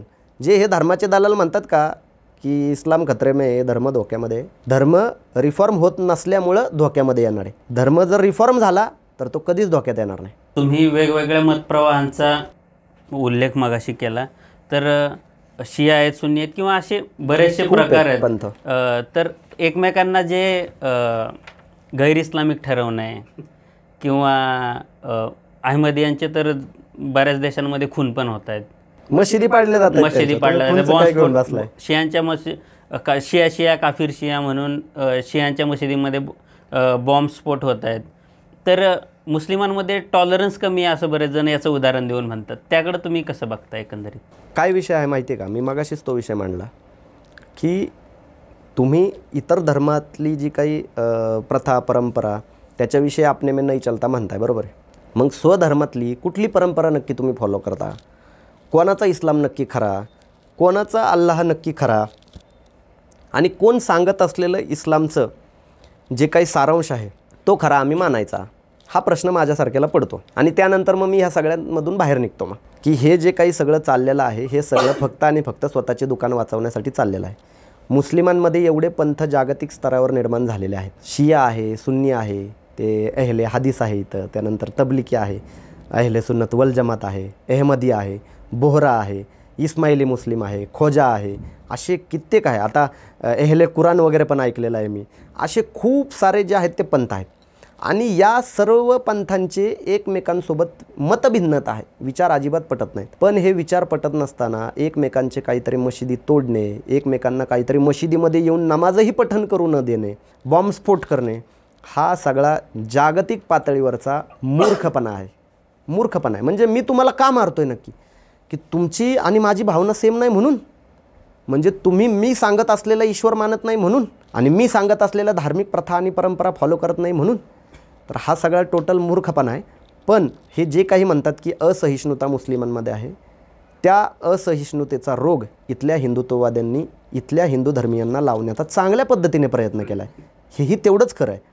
मी वारंवार ह्या गोष्टी सांगतो आहे की एखाद्या सोसायटीमध्ये चेंबर तुंबलेला आहे, ठीक आहे, त्या सोसायटीमध्ये जर चेंबर तुंबलेला असेल तर तुम्ही काय करणार, त्या सोसायटीवाल्याला जाऊन सांगणार की बाबा तुमच्या तिथला चेंबर तुंबला आहे, तो चेंबर स्वच्छ करून घ्या, बरोबर. इथे हे काय करतात, तिथं चेंबर तुंबला आहे, आपले 2 चेंबर तुंबवा आणि रस्ताभर अजून वाहू द्या, असा कार्यक्रम यांचा आहे. म्हणजे ज्या गोष्टीचा त्रास त्या धर्मियांना ऑलरेडी होतोय, ते जागतिक पातळीवर त्या गोष्टी पाहतायत, भोगतायत, बघतायत त्या गोष्टी ते म्हणतात की इथे आणा, बघा ते कसे कट्टर आहेत. मग तुम्ही पण व्हा. म्हणजे इथे फक्त मी तुम्हाला सांगतोय ना की ज्या घटना आत्तापर्यंत मी ज्या काही पाहतोय, इथल्या काही मला वाईट वाटतं म्हणजे की या गोष्टी भारतामध्ये अशा पद्धतीने पसरवल्या जात आहेत की त्या लोकांच्या हातात जे म्हणतात की आम्ही हिंदू धर्मरक्षक आहोत वगैरे, त्यातल्या लोकांच्या हातात फक्त AK-47 नाही आहे. मानसिकता तशीच बिल्ड करण्याचा प्रयत्न चालू आहे पूर्णपणे, आणि ह्याचं वाईट वाटतं. मी स्वीकारतो पूर्णपणे की मुस्लिम समाजामध्ये सोशल रिफॉर्म, रिलिजियस रिफॉर्म करण्याची खूप गरज आहे. त्याच्या अंगाने आम्ही खूप पावलं उचलतो, आम्ही शिव्या पण खातो. ह्याचा अर्थ आमचा काही सत्कार समाजामध्ये केला जातो अशातला भाग नाही, पण त्या गोष्टींमुळं कुठं दंगली घडत नाहीत सर. ज्या गोष्टी आहेत त्या इन कम्युनिटी राहतात. सुधारणावादामुळं दंगली घडत नाही, सुधारणावादामुळं ध्रुवीकरण होत नाही, त्यामुळे सुधारणावाद हा राजकारणाचा मुद्दा बनत नाही. कळालं का? सुधारणावाद्यांची मतं किती, हा सगळ्यात मोठा प्रश्न आहे. मग त्या गोष्टी मुस्लिम समाजामध्ये व्हायला पाहिजेत, आणि त्या गोष्टी होत असताना इथल्या हिंदुत्ववाद्यांनी हिंदू धर्मियांना कट्टर बनवणं देखील थांबवलं पाहिजे. त्याने नुकसान आहे. जवाहरलाल नेहरू म्हणतात की अल्पसंख्याकांची धर्मांधता ही आत्मघातकी आहे आणि बहुसंख्याकांची धर्मांधता ही राष्ट्रघातकी आहे. त्याचा अनुभव आपण घेतोय, आणि हा खूप सिरियस विषय आहे की ह्या गोष्टी थांबल्या पाहिजेत. मुस्लिमांमधून सुधारणावाद्यांना पुढं आणलं पाहिजे, आणि त्याचं ऐकणारे खूप सारे लोक आहेत, नाही ऐकत अशातला भाग नाही. असं असतं तर आज मी ज्या ज्या ठिकाणी जातो, माझे दौरे वगैरे चालू असतात, त्या ठिकाणी मोठ्या प्रमाणात मुस्लिम समाज मला भेटायला आला नसता. बरोबर. मुस्लिम समाजात म्हणजे मुस्लिम समाजाचा विषय आता 15 ऑगस्टला पंतप्रधानांनी समान नागरी कायद्याचा, सेक्युलर नागरी कायदा वगैरे असा उल्लेख केला. म्हणजे आता सरकार ते आणण्याच्या विचारात आहे असं बोललं जातं आहे. तर त्याकडे कसं बघता, म्हणजे मुस्लिम सुधारणावादाला काही गती मिळेल त्यामुळे असं वाटतं? आपल्याकडे 2 पद्धतीचे लॉ आहेत. एक आहे सिव्हिल कोड, ठीक आहे, सिव्हिल लॉ, आणि दुसरा आहे क्रिमिनल लॉ. क्रिमिनल लॉच्या बाबतीमध्ये आपल्या सगळ्यांना समान पद्धतीनं वागवलं जातं, समान पद्धतीनं न्याय वगैरे त्या सगळ्या गोष्टी समान पद्धतीच्या आहेत. आणि सिव्हिल लॉमध्ये जे आहे ते 5% इकडं तिकडं त्या विषय आहेत. सगळ्यात पहिली गोष्ट काय आहे की जे काही secular civil code, uniform civil code, त्याचा ड्राफ्टच अजून आलेला नाही. ह्याच्यावर नुसत्या भाकड कथा बडबड चालू आहे. येणार काय आहे बाबा, आहे काय नक्की? आजची परिस्थिती अशी आहे की हे युनिफॉर्म सिव्हिल कोडवरून मुस्लिमांना टार्गेट करण्याचा प्रयत्न करतात, आणि मुस्लिमांमधले पण मूर्ख जाऊन बघतात, हमारा पूरी तरीके से खिलाफ है, इस्लाम के खिलाफ है. अरे बाबा काय ते तरी बघ, आधी येतंय काय ते तरी बघ ना. ते न बघताच चालू आहे यांचं. त्याचा ड्राफ्टच अजून आलेला नाही आहे. त्याच्यामध्ये काय नक्की करणार तेच माहीत नाही आहे. आपल्या तिथं या सगळ्या ज्या काही सिव्हिल लॉ जे आहेत ते विवाहासाठी वेगवेगळे आहेत. आता विवाहासाठी वेगवेगळे फक्त मुस्लिमांना आहेत का? तर नाही आहे. आपल्या तिथं हिंदू कोड बिल आहे, मुस्लिम पर्सनल लॉ बोर्ड आहे, त्याच्यानंतर तुम्हाला सांगतो ख्रिश्चनांसाठी इंडियन ख्रिश्चन ॲक्ट आहे, त्यानंतर तुम्हाला सांगतो शिखांसाठी आनंद विवाह कायदा आहे. असे वेगवेगळे कायदे आपल्या तिथं विवाहांसाठी आहेत. आदिवासींसाठी तो तर एक वेगळाच विषय झाला की वेगवेगळ्या राज्यांमध्ये जे आहे ते राज्यांना वेगवेगळ्या त्यांच्या प्रथा परंपरांच्या अनुषंगाने जे आहे ते निर्णय घेण्याच्या त्यांना हक्क दिलेले आहेत, अधिकार दिलेले आहेत. तर ह्या सगळ्यांना तुम्ही एका ह्याच्यामध्ये कसं बसवणार आहात हा खूप मोठा प्रश्न आहे. हा विषय मुस्लिमांच्या बाबतीत जर असेल का तर तो मुस्लिमांच्या लोकसंख्येच्या 15% एवढाच आहे. समजलं का मला काय म्हणायचं आहे? हा विषय मॅक्सिमम हिंदू धर्मियांमधले जे काही वेगवेगळे काय म्हणतात पंथ, जाती, जमाती अनेक जे आहेत त्यांच्या ज्या काही प्रथा परंपरा ज्या काही आहेत त्या प्रथा परंपरांना देखील धक्का लागणारा हा कायदा असणार आहे. मग तुम्ही कुठला आणणार आहे? मग तुम्ही जो काही घटस्फोटाचा जो काही कायदा आहे जो इस्लामिक वेने सांगितलं की तुम्ही 3 महिन्यामध्ये घटस्फोट देऊ शकता, तो तुम्ही ह्याच्यामध्ये आणणार आहे का? तो सगळ्यांना लागू करणार आहे का? हा पण प्रश्न आहे ना. युनिफॉर्म सिव्हिल कोडमध्ये तुम्ही नक्की म्हणताय का की एखाद्या महिलेला तलाक म्हणून घटस्फोट देऊ नये? हे जितकं चुकीचं आहे तितकंच 1 महिना लग्न करून झाल्यानंतर 2 वर्ष घटस्फोटाला लागतात, हे देखील तितकंच चुकीचं आहे ना. मग त्याच्यावर का बोलत नाही? मला म्हणायचं आहे का हा विषय कुठल्या धर्माशी निगडीत नाही आहे, हा एकूण सामाजिक व्यवस्थेशी निगडीत आहे. आज माझे कितीतरी मित्र मी जे बघितलेत, जे मुस्लिम नाही आहेत, मुस्लिमेतर आहेत, त्यांनी 2-3 महिने लग्न करून झालेलं असतं आणि घटस्फोट घ्यायला 2-2 वर्ष जातात सर. मग जर 2-2 वर्ष घटस्फोट घ्यायला जातात तर ह्याचा अर्थ तो कायदासुद्धा परिपूर्ण नाही आहे. मग तुम्हाला मिडलवर काहीतरी आणावं लागणार आहे ना, का नाही आणायचं? मला हे म्हणायचं आहे की हे आणणार नक्की काय आहे ते अजूनपर्यंत समजलेलं नाही आहे. तुम्ही मग आदिवासींचे कायदे सगळ्यांवर लागू करणार आहे का? हा पण प्रश्न आहे ना. करणार काय? त्याचा ड्राफ्ट येऊ द्या. ड्राफ्ट ज्यावेळी येईल त्यावेळी आपल्याला ॲक्च्युअलमध्ये समजेल. समान नागरिक कायदा हा लागू झाला पाहिजे, त्याच्या बाबतीमध्ये काही दुमत नाही. पण समान नागरिक कायदा नक्की असणार कसा आहे? कोणाला कुठले कायदे? आदिवासी लोकांना तुम्ही समजावायला जाणार का बाबा हा आमचा ट्रिपल तलाक कायदा आहे, हा तुम्ही स्वीकारा? कोणाला सांगायला जाणार तुम्ही? राज्यवाईज वेगवेगळे कायदे आहेत काही ठिकाणी, कसं समजावणार आहे? हा फक्त मला आता सध्या तरी वाटतं आहे की राजकारणाचा टोटल विषय आहे फक्त. त्याच्यामुळं मला वाटत नाही की ह्याचा ड्राफ्ट आल्याशिवाय व्यवस्थित पद्धतीने याच्यावर आपण बोलू शकतो म्हणून. सर, समान नागरी कायद्यावर दोन्ही बाजूने कायदा आला नाही अजून तरी भांडणं चालू आहेत. आणि दुसरीकडे वक्फ बोर्डाच्या सुधारणांचा एक कायदा आला आहे, त्याबद्दल पण तो आता जॉईंट पार्लमेंटरी कमिटीकडे, तरी जोरदार दोन्ही बाजूंनी आगपाखड एकमेकांवर केली जाते. तर त्या कायद्याच्या सुधारणा तुम्ही बघितल्या असतील तर काय नेमका विषय काय आहे? पहिली गोष्ट काय, खरंच इस्लाम विरोधी आहे?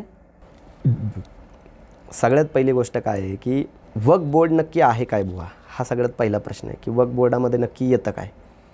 वक्फ बोर्ड मुस्लिम समाजामध्ये ज्या काही जागा दान वगैरे केलेल्या आहेत, त्या दान केलेल्या जागांवर निरीक्षण ठेवण्यासाठी किंवा त्याची काळजी घेण्यासाठी जो आहे तो एका बोर्डाची स्थापना केली गेलेली आहे. बरं, असे बोर्ड फक्त मुस्लिमांमध्ये आहेत का?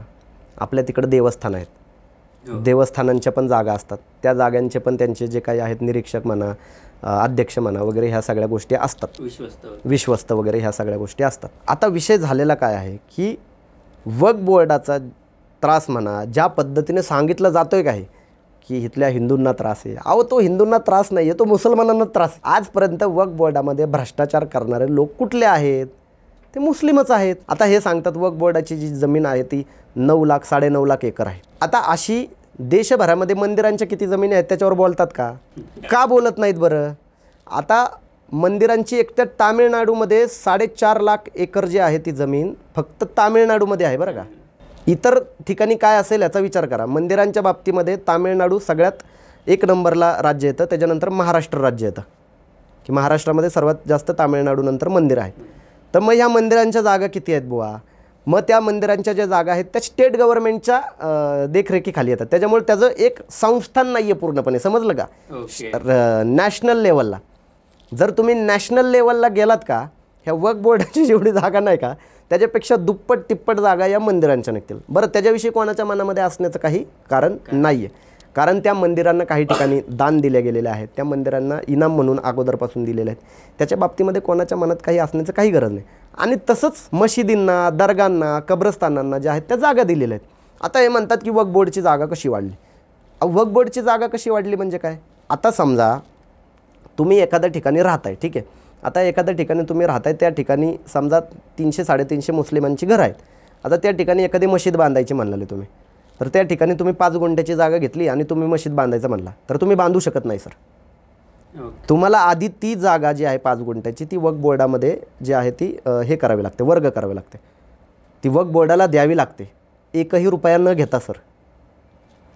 आता मला एक सांगा, मग हे म्हणतात की वक्फ बोर्डाचे दानपत्र वगैरे त्या सगळ्या गोष्टी बनवाव्या लागतात, ते वक्फ बोर्डाला रीतसर द्यावं लागतं. वक्फ बोर्डवाले येऊन त्याची पूर्णपणे पाहणी करतात, त्या सगळ्या गोष्टीचा सर्वे करतात, ती जागा कोणाची इतरांच्या मालकीची आहे का नाही त्या सगळ्या गोष्टी अगोदर पाहतात ते, आणि त्याच्यानंतर ती जागा जी आहे ती वक्फ बोर्डामध्ये घेतली जाते. आता मग जर समजा 10 दिवसापूर्वी वक्फ बोर्डाच्या जागा जर 10 असतील आणि जर 10 दिवसानंतर एखाद्याने जागा त्या 5 गुंठे जागा टाकली तर किती होणार? त्या 11 होणारच ना. मग त्या वाढतच जाणार, ते काय कमी होणार का? जसं जसं त्या ठिकाणी लोकसंख्या आज प्रत्येक ठिकाणी वाढत आहे. आपल्या देशांमध्ये मंदिरांची संख्या पण वाढत आहे, बऱ्याच ठिकाणी प्रत्येक धार्मिक स्थळाची संख्या वाढत आहे. मला म्हणायचं आहे का या गोष्टी नॉर्मल पद्धतीने का घेतल्या जात नाहीत? हे म्हणतात की कुठल्याही जागेवर उठून दावा करू शकतात, नाही करू शकत सर दावा. हे व्हॉट्सअपवर मेसेज फिरतायत की हिंदूंच्या जमिनी आता वक्फ बोर्ड बळकावणार आहे. हा सगळ्यात चुकीचा भ्रम आहे. कुठल्याही जागेवर वक्फ बोर्ड दावा करू शकत नाही. ज्या जागा वक्फ बोर्डच्या अंतर्गत येतात, म्हणजे त्या दानपत्रामध्ये असतील अगोदरच्या, समजा 200 वर्ष 100 वर्ष अगोदर त्या वक्फ बोर्डला वक्फ केलेल्या असतात, म्हणजे त्या वक्फ म्हणजे होणं काय, म्हणजे ती जागा ईश्वराची होणं. आता आपल्या तिथं बरेच जण बघतात की आता मध्ये एका आजीचं आलं होतं की एक आजी चांगल्या झोपडीमध्ये राहत होती साध्या, आणि तिने पंढरपूरच्या वारीच्या वेळी जे आहे ते 2 लाख रुपये विठ्ठल मंदिराला दान केले. आपण पाहिलं ना, ते खूप मोठी बातमी ती चालली होती ना, आपल्याला खूप आनंद होतो. आपण काय जय हरी विठ्ठल वगैरे त्या ठिकाणी कमेंट देतो. आता असंच ठिकाणी मुस्लिमांमध्ये कोणी काय केलं की लँड जिहाद चालू आहे, लँड जिहाद चालू आहे म्हणून. अरे असं नसतं बाबा, थोडं शांततेत जरा विचार करा, काय आहे काय नाही, त्याच्या मागची पार्श्वभूमी बघा. वक्फ बोर्ड हे कुठल्याही जागेवर जो आहे तो ताबा वगैरे म्हणा किंवा कुठल्याही जागेवर क्लेम करू शकत नाही. ती जागा जर काही वर्षांपूर्वी काही दशकांपूर्वी जर वक्फ केलेली असेल, त्याचे रेकॉर्ड त्यांच्याकडे असतील, तर ते त्या जागेवर क्लेम करतात. एखाद्या जागा वक्फ केलेली असेल, अशा खूप साऱ्या जागा आहेत ज्या जागांवर जे आहे ते वक्फच्या अतिक्रमण आहे. बरं, हे अतिक्रमण फक्त काही हिंदू धर्मियांचे आहेत का? अहो, मुसलमानांचे पण अतिक्रमण आहेत. आता हे काहीतरी 10-15 केसेसचं काहीतरी उदाहरण देतात ज्या ठिकाणी हिंदू धर्मीय आहेत, मग त्या ठिकाणी हिंदू धर्मियांच्या जागा वगैरे बळकावण्याचा वगैरे प्रयत्न केला जातो आहे. हा टोटल गैरसमज आहे. वक्फ बोर्डाच्या अशा मॅक्सिमम जागा अशा आहेत ज्या ठिकाणी मुस्लिमांचं अतिक्रमण आहे, आणि त्याच्या पण केसेस कोर्टामध्ये चालू आहेत. त्याच्यावर हे बोलत नाहीत कुठल्या पद्धतीनं. आणि ह्या वक्फ बोर्डाच्या बाबतीमध्ये हे जे काही कायदा वगैरे आणण्याचा प्रयत्न करतात का, ह्याच्या मागं त्याच्यामध्ये संशोधन झालं पाहिजे, बदल झाला पाहिजे, त्याच्यात काही वाद नाही. पण हे भ्रष्टाचाराच्या अनुषंगाने ह्यांचं चाललं आहे. का चाललं आहे? कारण त्यातल्या बहुतांश खूप साऱ्या जागेंवर ह्या राजकीय नेत्यांचे अतिक्रमण आहेत, आणि ते अतिक्रमण मुसलमानांची पण आहेत. असं काही नाही की हिंदूंची आहेत बरं का. ह्यांनी सगळ्यांनी मिळून भ्रष्टाचार केलेला आहे. इथली खेडशिवापूरची दर्गा आहे. आता ती खेडशिवापूरच्या दर्ग्याला तुम्ही गेला असाल, साधारण 5 ते 10 गुंठ क्षेत्रामध्ये ते दर्गा आहे. त्या दर्ग्याची जागा 52 एकर आहे. हाच तिथं जाऊन पाहतो, मला त्या 52 एकरपैकी किती जागा बाकी. त्या जागा लिटरली विकलेल्या आहेत त्या. हे जे काय म्हणतात का 9 लाख एकर वगैरे क्षेत्र आहे, किती मोकळं क्षेत्र आहे दाखवा म्हणावं. म्हणजे ह्यांचा जो गैरसमज आहे का, तो मिटल मी तर म्हणतो, त्यातलं 10% क्षेत्र जरी मोकळं मिळालं का, मला दाखवा म्हणाय फक्त. सगळ्या क्षेत्रांवर अतिक्रमण आहेत सर. कोणाची तरी घरं आहेत, काही लोक शेती पण करतात वक्फ बोर्डच्या जागेंवर. सुपामध्ये दर्गा आहे, तिथे वक्फ बोर्डाच्या ज्या जागा आहेत त्या जागेंवर शेती करतात लोक. काय पिढ्यानपिढ्या शेती करतात त्याची, आणि त्याचे भाडे वगैरे जे आहेत, काही ठिकाणी घरं वगैरे आहेत तर त्याचे भाडे वगैरे पण वक्फ बोर्डाला देतात ते. आता विषय कशामुळे पेटला हा, की त्या ठिकाणी काही वेळेस जो आहे ते भाडं 25 रुपये असायचं, 100 रुपये असायचं, आता ते भाडं वाढवलं. मग त्याच्यामुळे हा विषय पेटत चाललेला आहे. याच्यामागं दुसरं काही कारण नाही. बऱ्याच ठिकाणी चुकीच्या गोष्टीही वक्फ बोर्डाकडून घडलेल्या आहेत. त्या बाबतीमध्ये हे जे म्हणतात का वक्फ बोर्डाचं काहीतरी क्लेम केलं कोर्टात बिरटात जाऊ शकत नाही, हा पण पूर्णपणे खोटेपणा आहे यांचा. तुम्हीचे जे वक्फचं ट्रिब्युनल आहे, त्या ट्रिब्युनलमधला जो निर्णय आहे तुम्हाला जर मान्य नसला, तुम्ही हायकोर्टामध्ये जाऊ शकता, तुम्ही सुप्रीम कोर्टामध्ये जाऊ शकता, तुम्ही जाऊ शकता. आणि त्या हायकोर्टाने आणि सुप्रीम कोर्टाने वक्फ बोर्डाला काही ठिकाणी फटकारलं पण आहे. लिटरली वक्फ बोर्डाचे जे न्यायाधीश होते ते म्हणले की सगळ्या देशांवर तुम्ही ताबा सांगणार का. असे पण आहेत गोष्टी, ते बोललेले आहेत. कारण त्या ठिकाणी त्यांचं चुकलंय तिथं चुकलंच म्हणणार ना आपण. पण ज्या पद्धतीने हे पसरवत आहेत का, काहीतरी लँड जिहाद चालू आहे वगैरे वगैरे, कुठंतरी रुमाल टाकतात आणि म्हणतात की मग हे असं आहे, तसला काही प्रकार नाही आहे हा. आपल्या ठिकाणी भोंदूगिरी चालते, माहिती आहे ना तुम्हाला, सगळ्या धर्मांमध्ये तो तसा भोंदूगिरीचा काही ठिकाणी प्रकार चालतो. या गोष्टी मी मान्य करतो. पण ते काहीतरी खूप मोठं काहीतरी प्लॅनिंग करून काहीतरी चालू आहे असं जे काही सांगतात काय, हा काहीतरी टोटल मूर्खपणा आहे. म्हणजे एक प्रकारे हिंदूंना इन्सिक्युरिटी फील करून द्यायची. हिंदूंनी इन्सिक्युअर होण्याची गरजच नाही आहे. आज तुम्हाला मी सांगतो, पहा, मी मुस्लिम आहे, मी इथल्या संस्कृतीमध्ये लहानाचा मोठा झालेलो आहे, ठीक आहे. आज रस्त्याने जाताना कितीतरी मंदिरं तुम्ही रस्त्याने पाहता, कितीतरी. एखाद्या पिंपळाच्या झाडाखाली पाहाल, एखाद्या उंबराच्या झाडाखाली पाहाल, फुटपाथवर मंदिरं पाहाल. तुम्ही काय म्हणणार त्याला सर, काय म्हणणार काय? आता त्याच ठिकाणी समजा एखाद्या झाडाखाली दर्गा असते छोटीशी, एखाद्या ठिकाणी रस्त्यावर दर्गा असते, तुम्ही काय म्हणणार? लँड जिहाद. समजून घ्या थोडंसं, आपला समाज हा धर्मभोळा आहे किंवा काय म्हणतात देवभोळा आहे. त्या देवभोळ्या समाजाकडून ह्या गोष्टी घडत असतात. आता हे म्हणतात की इस्लाममध्ये दर्गा नाही. हो, नाही आहे, इस्लाममध्ये दर्गा हे कल्चर नाही. दर्गा हे कल्चर भारतीय संस्कृतीचा तो भाग आहे, आणि त्या भारतीय संस्कृतीमध्ये त्या गोष्टी चालतात. आणि त्याच्यामध्ये ती संस्कृती चालवणारा करोडोनी मुस्लिम आहे भारतामध्ये, जो ती संस्कृती न मानणाऱ्यांना शिव्या घालतो सर. लिटरली शिव्या घालतात. हे टोकाचे वाद आहे त्यांचे. मग रस्त्याने जाताना तुम्ही दर्गा पाहिले की तुम्हाला लँड जिहाद वाटतो, मंदिर पाहिले की लँड जिहाद वाटत नाही. हा काहीतरी मला वाटतं आपल्या मानसिकतेमधला जो काही आजार आहे का तो आपण दूर केला पाहिजे. दोन्ही ठिकाणी देवभोळेपणा आहे, तो देवभोळेपणा समजून घेतला पाहिजे. ह्याचा अर्थ मी तो काही देवभोळेपणा खपवून घेतो अशातला काही भाग नाही आहे. फक्त त्या गोष्टीचं काहीतरी भांडवल करून जे काही राग द्वेष पसरवला जातो आहे का, आता मध्ये तुम्हाला सांगतो काही ठिकाणी रोड वाइंडिंगचे काम होते, त्या ठिकाणच्या दर्गावर काढले गेलेले आहेत. मी माझ्या डोळ्यांनी पाहिलेले आहेत. मी कुठं फेसबुकवर टाकलं नाही, कारण मला ते वातावरण वगैरे घाण वगैरे काही करायचं नव्हतं. काढलेले आहेत दर्गा, रोड वाइंडिंगच्या ह्याच्यामध्ये काढलेले आहेत दर्गा, मंदिरं पण काढलेली आहेत. पण हे सांगतात काय, मंदिर असले की काढलं जातं, दर्गा असली काढले जातं. हा गैरसमज आहे. ज्या ठिकाणी गरजेचं पडतं त्या ठिकाणी काढतात. आणि एखाद्या ठिकाणचं का काढत नाही, कारण त्या ठिकाणी तिथल्या अवतीभोवतीच्या सगळ्याच लोकांची श्रद्धा जर त्या एखाद्या धार्मिक स्थळावर असेल, तुम्ही नाही काढू शकत ते. अशा अनेक दर्गे दर्गे सोडा, तुम्ही दर्गे सोडा, तुम्ही मंदिरांमध्ये जा, जेजुरीच्या मंदिरांमध्ये जा. जेजुरीच्या मंदिरात घोड्याचा मान तिथल्या खानांकडे, पानाचा मान अत्तारांकडे, कुंकवाचा मान मनियरांकडे, मुस्लिमांकडे मान आहे. आता हे फक्त म्हणतात की हिंदू मुस्लिम एकतेचं प्रतीक फक्त दर्गा दाखवतात. हा पण गैरसमज आहे खूप मोठा. बऱ्याच मंदिरांमध्ये जे आहेत ते मुस्लिमांकडे मान आहेत. तुळजाभवानीचं मंदिर घ्या, त्या तुळजाभवानीच्या ज्या मंदिरात आहे तिकडचे मानकरी जे आहेत ते मुस्लिम आहेत. काय करणार आहे तुम्ही आता? हे दाखवलं जात नाही. ही आपली महाराष्ट्राची संस्कृती आहे, ती दाखवली पाहिजे. लँड जिहादचा विषय काढला, जिहाद शब्द आला, तर हे जिहाद ना नेमकं प्रकरण काय, म्हणजे इस्लाममध्ये याचं काय स्थान आहे? आणि जिहाद एवढं डोकं पिकलं आहे ते ऐकून शब्द, तर नेमकं इस्लाममध्ये स्थान काय, त्याचा अर्थ काय होतो त्या शब्दाचा? आणि त्यात जे सध्याचा जो अर्थ घेतला जातो त्या शब्दाचा, तो तसाच आहे का की काय वेगळं आहे? म्हणजे जिहाद या शब्दाचा शब्दशः अर्थ हा आहे की प्रयत्नांची पराकाष्ठा करणं. आता ही मुलाखत घेण्यासाठी तुम्ही जी काही प्रयत्नांची पराकाष्ठा करत होता, जे काही कॅमेरा वगैरे लाव, लाईट वगैरे सेट कर, यालाही एक पद्धतीनं आपण जिहाद म्हणू शकतो की तुम्ही त्या गोष्टी ज्या आहेत त्या सोडत नव्हतं, तुम्हाला करायची ती गोष्ट. कुठलीही गोष्ट करण्यासाठी प्रयत्नांची पराकाष्ठा करणं म्हणजे जिहाद. जिहादच्या बाबतीमध्ये पैगंबर साहेबांना एक व्यक्ती येऊन विचारतो की खरा मुजाहिद कोण? मुजाहिद म्हणजे काय? जिहाद करणारा कोण? खरा जिहाद करणारा कोण? तर पैगंबर साहेब काय म्हणतात की स्वतःच्या आतमधल्या ज्या काही वाईट गोष्टी आहेत, दुर्गुण, त्या वाईट गोष्टी संपवणे आणि त्याच्या विरोधात लढणं म्हणजे खरा जिहाद. आता मग तो दुर्गुण काही असू शकतो. मग तुम्ही काहीतरी चुकीच्या गोष्टी करताय, त्या तो दुर्गुण असू शकतो. एखाद्या ठिकाणी तुम्ही ट्रॅफिकचा सिग्नल तोडताय, तो दुर्गुण असू शकतो. या काळामध्ये तुम्ही रस्त्याने जाताना रस्त्यावर काहीतरी पचापचा थुकताय, तो दुर्गुण असू शकतो. बरोबर आहे ना? तर ह्या सगळ्या ज्या काही गोष्टी आहेत जिहादच्या, त्या संकल्पना काळ स्थळ वेळेनुसार ज्या आहेत त्या बदलत असतात. ते काही अशा पद्धतीने नाही की उठून काहीतरी कोणाला तरी मारा. आता त्या दिवशी ते बांगलादेशच्या हिंदूंच्या बाबतीमध्ये आपण पुण्यामध्ये आंदोलन केलं. मग मी त्या भाषणामध्ये पण मी बोललो, जर ते जिहाद करतात तर मग आम्ही काय करतो इथं? तुम्ही आम्हाला का जिहादी म्हणत नाही? आम्ही लोकशाही मार्गाने जिहाद करतोय. आम्ही पण आवाज उठवतोय ना. कुठल्या तरी अन्यायाच्या विरोधामध्ये आवाज उठवणं पण जिहाद आहे. एखाद्या ठिकाणी रस्त्यावर दगड पडलाय, तो दगड कुणीच उचलत नाहीये, तो तुम्ही उचलला, तो पण जिहादच आहे.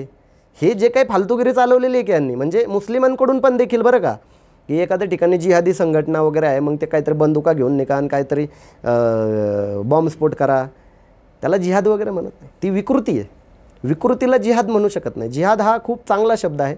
त्या चांगल्या शब्दाचं विकृतीकरण जे आहे ते आधी मुस्लिमांनी केलं, ठीक आहे, धर्मांध मुस्लिमांनी, आणि त्या धर्मांध मुसलमानांचं जे काही भांडवल करून आहे ते आत्ताच्या इथल्या मनुवाद्यांनी करायचं चालू केलं आहे. आता जिहाद शब्दाला जोडूनच एक हिंदुत्ववाद्यांकडून ज्या गोष्टीची खूपच बोंब मारली जाते तो म्हणजे लव जिहाद. असं काही प्रकरण तुमच्या बघण्यात आहे का एखादं, की लव जिहाद झाला आहे एखाद्या ठिकाणी? कसं आहे, आता मला विनोद सुचतोय, म्हणजे प्रयत्नांची पराकाष्ठा प्रेमामध्ये केली जाते असं काही प्रकार. कसं आहे माहिती आहे का, ॲक्च्युली आपण समाजाला जागृत केलं पाहिजे. जागृत कशा पद्धतीने केलं पाहिजे की जे काही हे सांगतात, मी संपूर्ण समाजाची जबाबदारी घेऊ शकत नाही. एखाद्या ठिकाणी एखाद्या परिसरामध्ये जे आहे ते एखाद्या मुलाने एखाद्या मुलीसोबत तसं केलंही असेल, मी ते मान्य करतो, समजतंय का, की आपण संपूर्ण समाजाची जबाबदारी घेऊ शकत नाही ना. की एखादा मुलगा एखाद्या मुलीशी लग्न केलं, लग्न करताना बाबा तो बोलला की मी खूप चांगलं ठेवून वगैरे, नंतर मग तो तिला म्हणाला की तू असंच राहिला पाहिजे, असंच केलं पाहिजे, बुरखाच घातला पाहिजे. होऊ शकतं असं, ते पण आपण समजून घेतलं पाहिजे. ह्या पण गोष्टी आत्मीयतेने समजून घेण्याच्यात. पण त्यातली आत्मीयता कोणी घालून टाकली? ह्या लोकांनी घालून टाकली आत्मीयता. कुठंही झालं की लव जिहाद. आणि मग तशीच गोष्ट एखाद्या हिंदू धर्मीयाकडून हिंदू मुलीसोबत जर घडली तर ह्यांच्या तोंडातून चकार शब्द निघत नाही. चकार शब्द निघत नाही. विशेष वाटतं बऱ्याच ठिकाणी ते काहीतरी सुटकेस बिटकेसच्या त्या गोष्टी सांगितल्या. त्याच्यानंतर ते साने आणि वैद्य प्रकरण आलं, त्या ह्याच्यामध्ये ते कुकरमध्ये शिजवून वगैरे ते कुत्र्यांना खायला घातले त्यांनी. म्हणजे वाईट वाटतं बोलताना सुद्धा. पण ह्या लोकांनी या लेवलपर्यंत आणले की या लेवलला जाऊन समजावं लागतं लोकांना आता की एवढ्या सगळ्या प्रकार घडले. मग त्या गोष्टींना हे लोक त्यावर काहीच बोलत नाहीत. असे कित्येक प्रकार झालेले आहेत. हे नितेश राणे वगैरे मोर्चे काढतात, हिंदू आक्रोश मोर्चा मुलींच्या बाबतीमध्ये असं होतं. अहो तुम्ही ते मोर्चे काढत असताना हिंदू युवकांना हिंदू मुलींच्या बाबतीमध्ये तशा काहीतरी चुकीच्या गोष्टी करण्याला काहीतरी मोकळं हे देताय का, मोकळं मैदान देताय का तुम्ही? तुमचा उद्देश काय नक्की? तुम्ही ह्या गोष्टी प्रबोधन झालं पाहिजे, प्रबोधनाच्या बाबतीमध्ये माझं काही म्हणणं नाही. पण हे जे प्रबोधन धार्मिक अंगाने केलं जातं का ते चुकीचं. आणि या सगळ्यांमध्ये होतं आहे काय माहिती का, स्वधर्मीयांकडून जे काय अत्याचार होतात का, मुस्लिम मुलांकडून पण मुस्लिम मुलींवर, हिंदू मुलांकडून पण हिंदू मुलींवर, हे जे काही अत्याचार आहेत हे झाकळले जातात ह्या सगळ्या गोष्टींमध्ये. आणि तसं होण्याचं जे प्रमाण आहे ते 99% आहे, 99.99% आहे तसं होण्याचं प्रमाण. आणि हे जे कुठं एखाद दुखत कुठंतरी काहीतरी घडलं का, आता तुम्हाला सांगतो हे लव जिहाद वगैरे सांगतात. आज तुम्हाला एक सांगतो, एखाद्या ठिकाणी इंटर रिलिजन लग्न म्हणा, प्रेमसंबंध कधी होतात? ज्यावेळी तो मुलगा स्वधर्मीयांमध्ये जास्त राहत नाही समजा, किंवा मुलगी जास्त राहत नाही, ती इतर धर्मियांमध्ये जे काही आपण कॉलेज म्हणा, कामाच्या ठिकाणी म्हणा, ज्यावेळेस ज्या ठिकाणी मिक्स होतात. ठीक आहे, आता ॲज अ तुम्ही सिद्धांत शेळके, ठीक आहे, तुम्ही एखाद्या मुस्लिम युवतीशी लग्न केलं तर आम्हाला पण आनंद, आम्ही येऊच त्या ठिकाणी, ठीक आहे, लग्नाला स्वागताला पण येऊ, काही प्रॉब्लेम नाही. कारण ह्याच्या अगोदर 2 मुलींची 3-4 मुलींची लग्न आम्ही स्वतः लावून दिलेले. आता सिद्धांत शेळकेशी लग्न झालं एखाद्या मुस्लिम मुलीचं, आता ती मुलगी कुठलं कल्चर फॉलो करणार सर? तिला जे वाटेल ते असं तुम्ही बोलताय सर, पण तसं नसतं.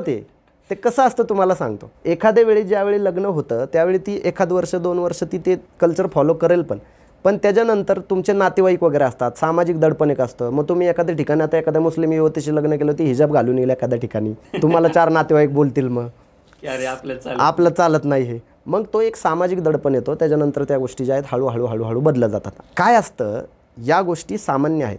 आपल्या तिथं सामाजिकता काय आहे, की सामाजिक नियम काय आहे अलिखित, की आपल्याकडं स्पेशल मॅरेज ॲक्ट आहे, पण सामाजिक नियम काय आहे की एखाद्या मुस्लिम मुलाने एखाद्या इतर धर्मियाच्या मुलीशी लग्न केलं, किंवा एखाद्या हिंदू मुलाने एखाद्या मुस्लिम मुलीशी लग्न करणं, तर आपसुक जे आहे त्या मुलीला त्या मुलाचा धर्म स्वीकारावा लागतो. हा आपल्या तिथला अलिखित नियम आहे. आता मला एका मुलाने फोन केला होता मध्ये, तो म्हणला की असं लव जिहाद वगैरे होतं. मी म्हणलं समजा तुम्ही अमुक एका जातीचे आहात म्हणलं, आता तुम्ही एखाद्या मुलीशी आंतरजातीय विवाह केला, आता त्या मुलीचं तुमचं लग्न झालं आणि त्या मुलाच्या किंवा मुलीच्या तुमच्यातनं जे अपत्य होईल त्याच्या जातीच्या त्याच्या दाखल्यावर कुठली जातील, तर त्याने लगेच स्वतःचं बोलले. म्हणलं कसं काय बरं? मग त्याचं उत्तर देत नाही. आता आमच्याकडे अशी पण उदाहरणं आहेत खूप सारी. अमीन पटेलसारखं, अमीन पटेलला पण तुम्ही ओळखत असाल बहुतेक. अमीन पटेलने एका हिंदू मुलीशी लग्न केलं, त्याच्या घरात गणपती बसवतो तो. सगळेजण आपण बघतो ना, फेसबुकवर टाकतो ना तो गणपतीच्या आरती बिरती करताना. मग ह्या पण गोष्टी आहेत. अशा कित्येक गोष्टी असतात आपल्या तिथं. या सगळ्या गोष्टी एका विशिष्ट फॉर्ममध्ये आपण बसवू शकत नाही. आता ज्या मुलीचं लग्न झालं हिंदू मुलाशी, ती मुलगी काय खुश नाही आहे? पूर्ण खुश आहे. ती त्यांच्या सांस्कृतिक प्रथा परंपरा फॉलो करते. आणि अशा कितीतरी मुली असतात ज्या मुस्लिम मुलांशी लग्न करतात आणि त्या पण त्या प्रथा परंपरा फॉलो करण्यामध्ये खुश पण असतात.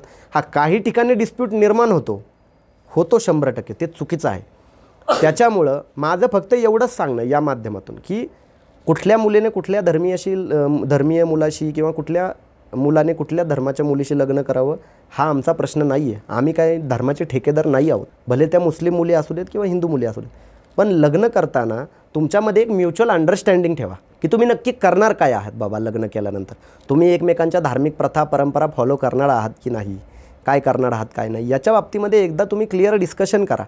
कारण त्याच्यानंतर हे जे काही वाद वगैरे निर्माण होतात, ह्या वादात ते वाद तुमचे पर्सनल असतात. कारण प्रेम करताना तुम्ही काय गावबाटा केलेला नसतो, आणि नंतर हे जे काही डिस्प्यूट वगैरे होतात त्याच्यानंतर मात्र पूर्ण गावबाटा असतो. आणि बरं त्या धार्मिक स्वरूप म्हणजे कधी कधी तर असं असतं की सासू सुनेचं पटत नसतं आणि त्याला धार्मिक स्वरूप येतं. असे पण विषय असतात बऱ्याच ठिकाणी. त्याच्यामुळं आपल्याला, मला असं वाटतं की एका संवादाची गरज आहे, आपल्याला प्रबोधनाची गरज आहे. पण ते प्रबोधन जातीय आणि धार्मिक अंगाने नसावं. ते प्रबोधन सिरियस टॉपिकवर असावं आणि त्यांना सांगितलं जावं की लग्न करताना या सगळ्या गोष्टींचा जो आहे ते एक क्लिअर कम्युनिकेशन ठेवा. एखादी तरुणी आवडली, तुम्ही त्यांच्या प्रेमामध्ये पडलात की लगेच वाहवत न जाता, किंवा वाहवत जरी गेला असला तरी तुम्ही लग्नाचा तुमच्या आयुष्याचा जर निर्णय घेत असाल तर या गोष्टीचं डिस्कशन करा. आणि ते डिस्कशन करणारी पिढी निर्माण होत आहे. आज ह्यांनी एवढं काहीतरी कालवा वगैरे ह्यांचा चालू आहे सगळ्या ठिकाणी. इंटर रिलिजन लग्न थांबलीत का? नाही, कुठलेच थांबले नाही. बरं, हे फक्त काही काय म्हणतात हिंदुत्ववाद्यांकडून चालू आहेत अशातला काही भाग नाही आहे. हा विषय मुस्लिमांकडून पण चालू आहे काही ठिकाणी. 20 लाख लडकी हमारी गैर मुस्लिमों के साथ भाग के चले गए. चालू आहे यांचं पण भगवा ट्रॅप वगैरे काहीतरी फालतूपणा. त्याच्यावर पण मी आक्षेप घेतो. त्याविषयी मी मशिदीमध्ये झोडून काढलेले. कुठून मिळाला हा आकडा तुम्हाला? 20 लाख मुली गेल्या मुस्लिमेतरांसोबत. हमारे बुजुर्गों ने बोले. तर कोणचे बुजुर्ग आहे बोला, मेरे को दिखावतो पहिले. तुमच्यामुळं मुलींची शिक्षणं बंद होतील, बाहेर जाणं बंद होईल, ह्याची जबाबदारी कोण घेणार? त्यामुळं ज्या पद्धतीने इथून चालू आहे त्या पद्धतीनं तिथून पण चालू आहे. ह्या दोन्ही गोष्टी थांबल्या पाहिजेत. प्रेम ही एक निर्मळ भावना आहे. ती निर्मळ भावना समोर यायला पाहिजे. पण आपल्याला प्रेम अजून कळालेलंच नाही. हा सगळ्यात मोठा प्रॉब्लेम की मुलींना प्रेम समजलेलंच नसतं आणि त्याच्यातून ह्या गोष्टी घडतात. लव जिहाद झालं, समान नागरी कायदा झाला, म्हणजे फ्रिक्शनचे पॉईंट. त्यात आणखी एक फ्रिक्शनचा पॉईंट असतो की भारत माता की जय आणि वंदे मातरम. म्हणजे एकीकडं भारत में रहना होगा तो वंदे मातरम काय ना होगा म्हणलं जातं. आणि परत ओवेसींचा त्याला रिप्लाय येतो की गळ्यावर सुरी जरी ठेवली तर मी भारत माता की जय म्हणणार नाही. म्हणले की ते हे म्हणतानाच ते म्हणले. अहो, भारत माता की जय असं म्हणणार नाही, असं म्हणता 3 वेळा भारत माता की जय म्हणतात. हा सगळा टोटल मूर्खपणा आहे, एक लक्षात घ्या. म्हणजे दोन्ही बाजूचा बरं का ह्याच्यामध्ये पण. आता साताराची एक गोष्ट आली, धुळेचा पण तो धुळे का जळगावचा पण एक व्हिडिओ आला. तिकडं भारत माता की जय म्हणले नाही. मग ग्रामस्थ आले म्हणले भारत माता की जय म्हणणार नाही. मग तो म्हणतो की आमच्यात भारत माता की जय म्हणत नाही. आणि ते म्हणता 3 वेळा भारत माता की जय म्हणणार. अरे बाबा, काय म्हणजे नक्की कुठला विषय तुम्ही कुठं जोडताय? भारत माता की जय, वंदे मातरम ह्यांनी म्हणल्याने काही इस्लाम धोक्यात येतो का? खरंच इस्लाम एवढा छोटा नाही हो. मी मानत असलेला अल्लाह एवढा संकुचित विचारांचा नाही आहे की तो या जी भूमी आहे देशाची, तुम्ही ज्या भूमीमध्ये राहता त्या भूमीच्या काय म्हणतात की त्याला कौतुकास्पद किंवा गौरवार्थ जर तुम्ही एखादी घोषणा देत असाल तर त्याचा त्याला काहीतरी त्रास होईल असं मला तरी निदान वाटत नाही. तुम्ही भारत माता की जय म्हणू शकता, वंदे मातरम पण म्हणू शकता. ह्याचा कोणाला काही प्रॉब्लेम असण्याचं काही गरज नाही आहे. आणि दुसरी गोष्ट, त्याचा अतिरेकही करू नये की इस देश में रहना होगा तो भारत माता की जय कहना होगा, वंदे मातरम कहना होगा. सगळ्यात पहिली गोष्ट मला म्हणायचं आहे काय की भारत माता की जय म्हणाल्यावर आणि वंदे मातरम म्हणल्यानंतरच कोणी देशभक्त होतो का? होतो का? इथं भारत माता की जय, भारत माता की जय असं ऑन सभेमध्ये बॉम्बा मारणारे लोक जे आहेत ते एका रात्रीत नोटबंदी करतात आणि भारत मातेच्या सुपुत्रांना लाईनीत उभं करतात. तर भारत माता की जय हा म्हणणं हा काय तुम्ही देशभक्त असण्याचा काही क्रायटेरिया नाही आहे किंवा वंदे मातरम म्हणणं हा काहीतरी देशभक्त असण्याचा क्रायटेरिया पण नाही आहे. त्यामुळं कुठल्याही गोष्टीचा अतिरेक नको की भारत माता की जय म्हणणार नाही, वंदे मातरम म्हणणार नाही. हा पण जसा मूर्खपणा आहे तसं इस देश में रहना होगा तो वंदे मातरम कहना होगा हा पण मूर्खपणा आहे. ह्याचं पण काही समर्थन करू शकत नाही. म्हणजे उद्या एखादा माणूस वंदे मातरम म्हणत नाही, हा ठीक आहे तो मुस्लिम आहे म्हणून तुम्ही त्याला त्रास देताय. असे कितीतरी हिंदू धर्मीय आहेत जे म्हणतात की आम्ही वंदे मातरम म्हणणार नाही, भारत माता की जय म्हणणार नाही. बरं, तुम्ही भारत माता की जय म्हणता बरोबर, आणि इतर देशांशी काहीतरी असलं की मग भारत बाप बनतो. मग पाकिस्तानचा विषय आला की भारत बाप असतो हां, आणि इथं भारत माता की जय म्हणायचं की मग तिथं माता असते. मग नक्की आहे काय नक्की एक्झॅक्ट भारत माता आहे का पिता आहे हे पण ठरवणं गरजेचं आहे ना.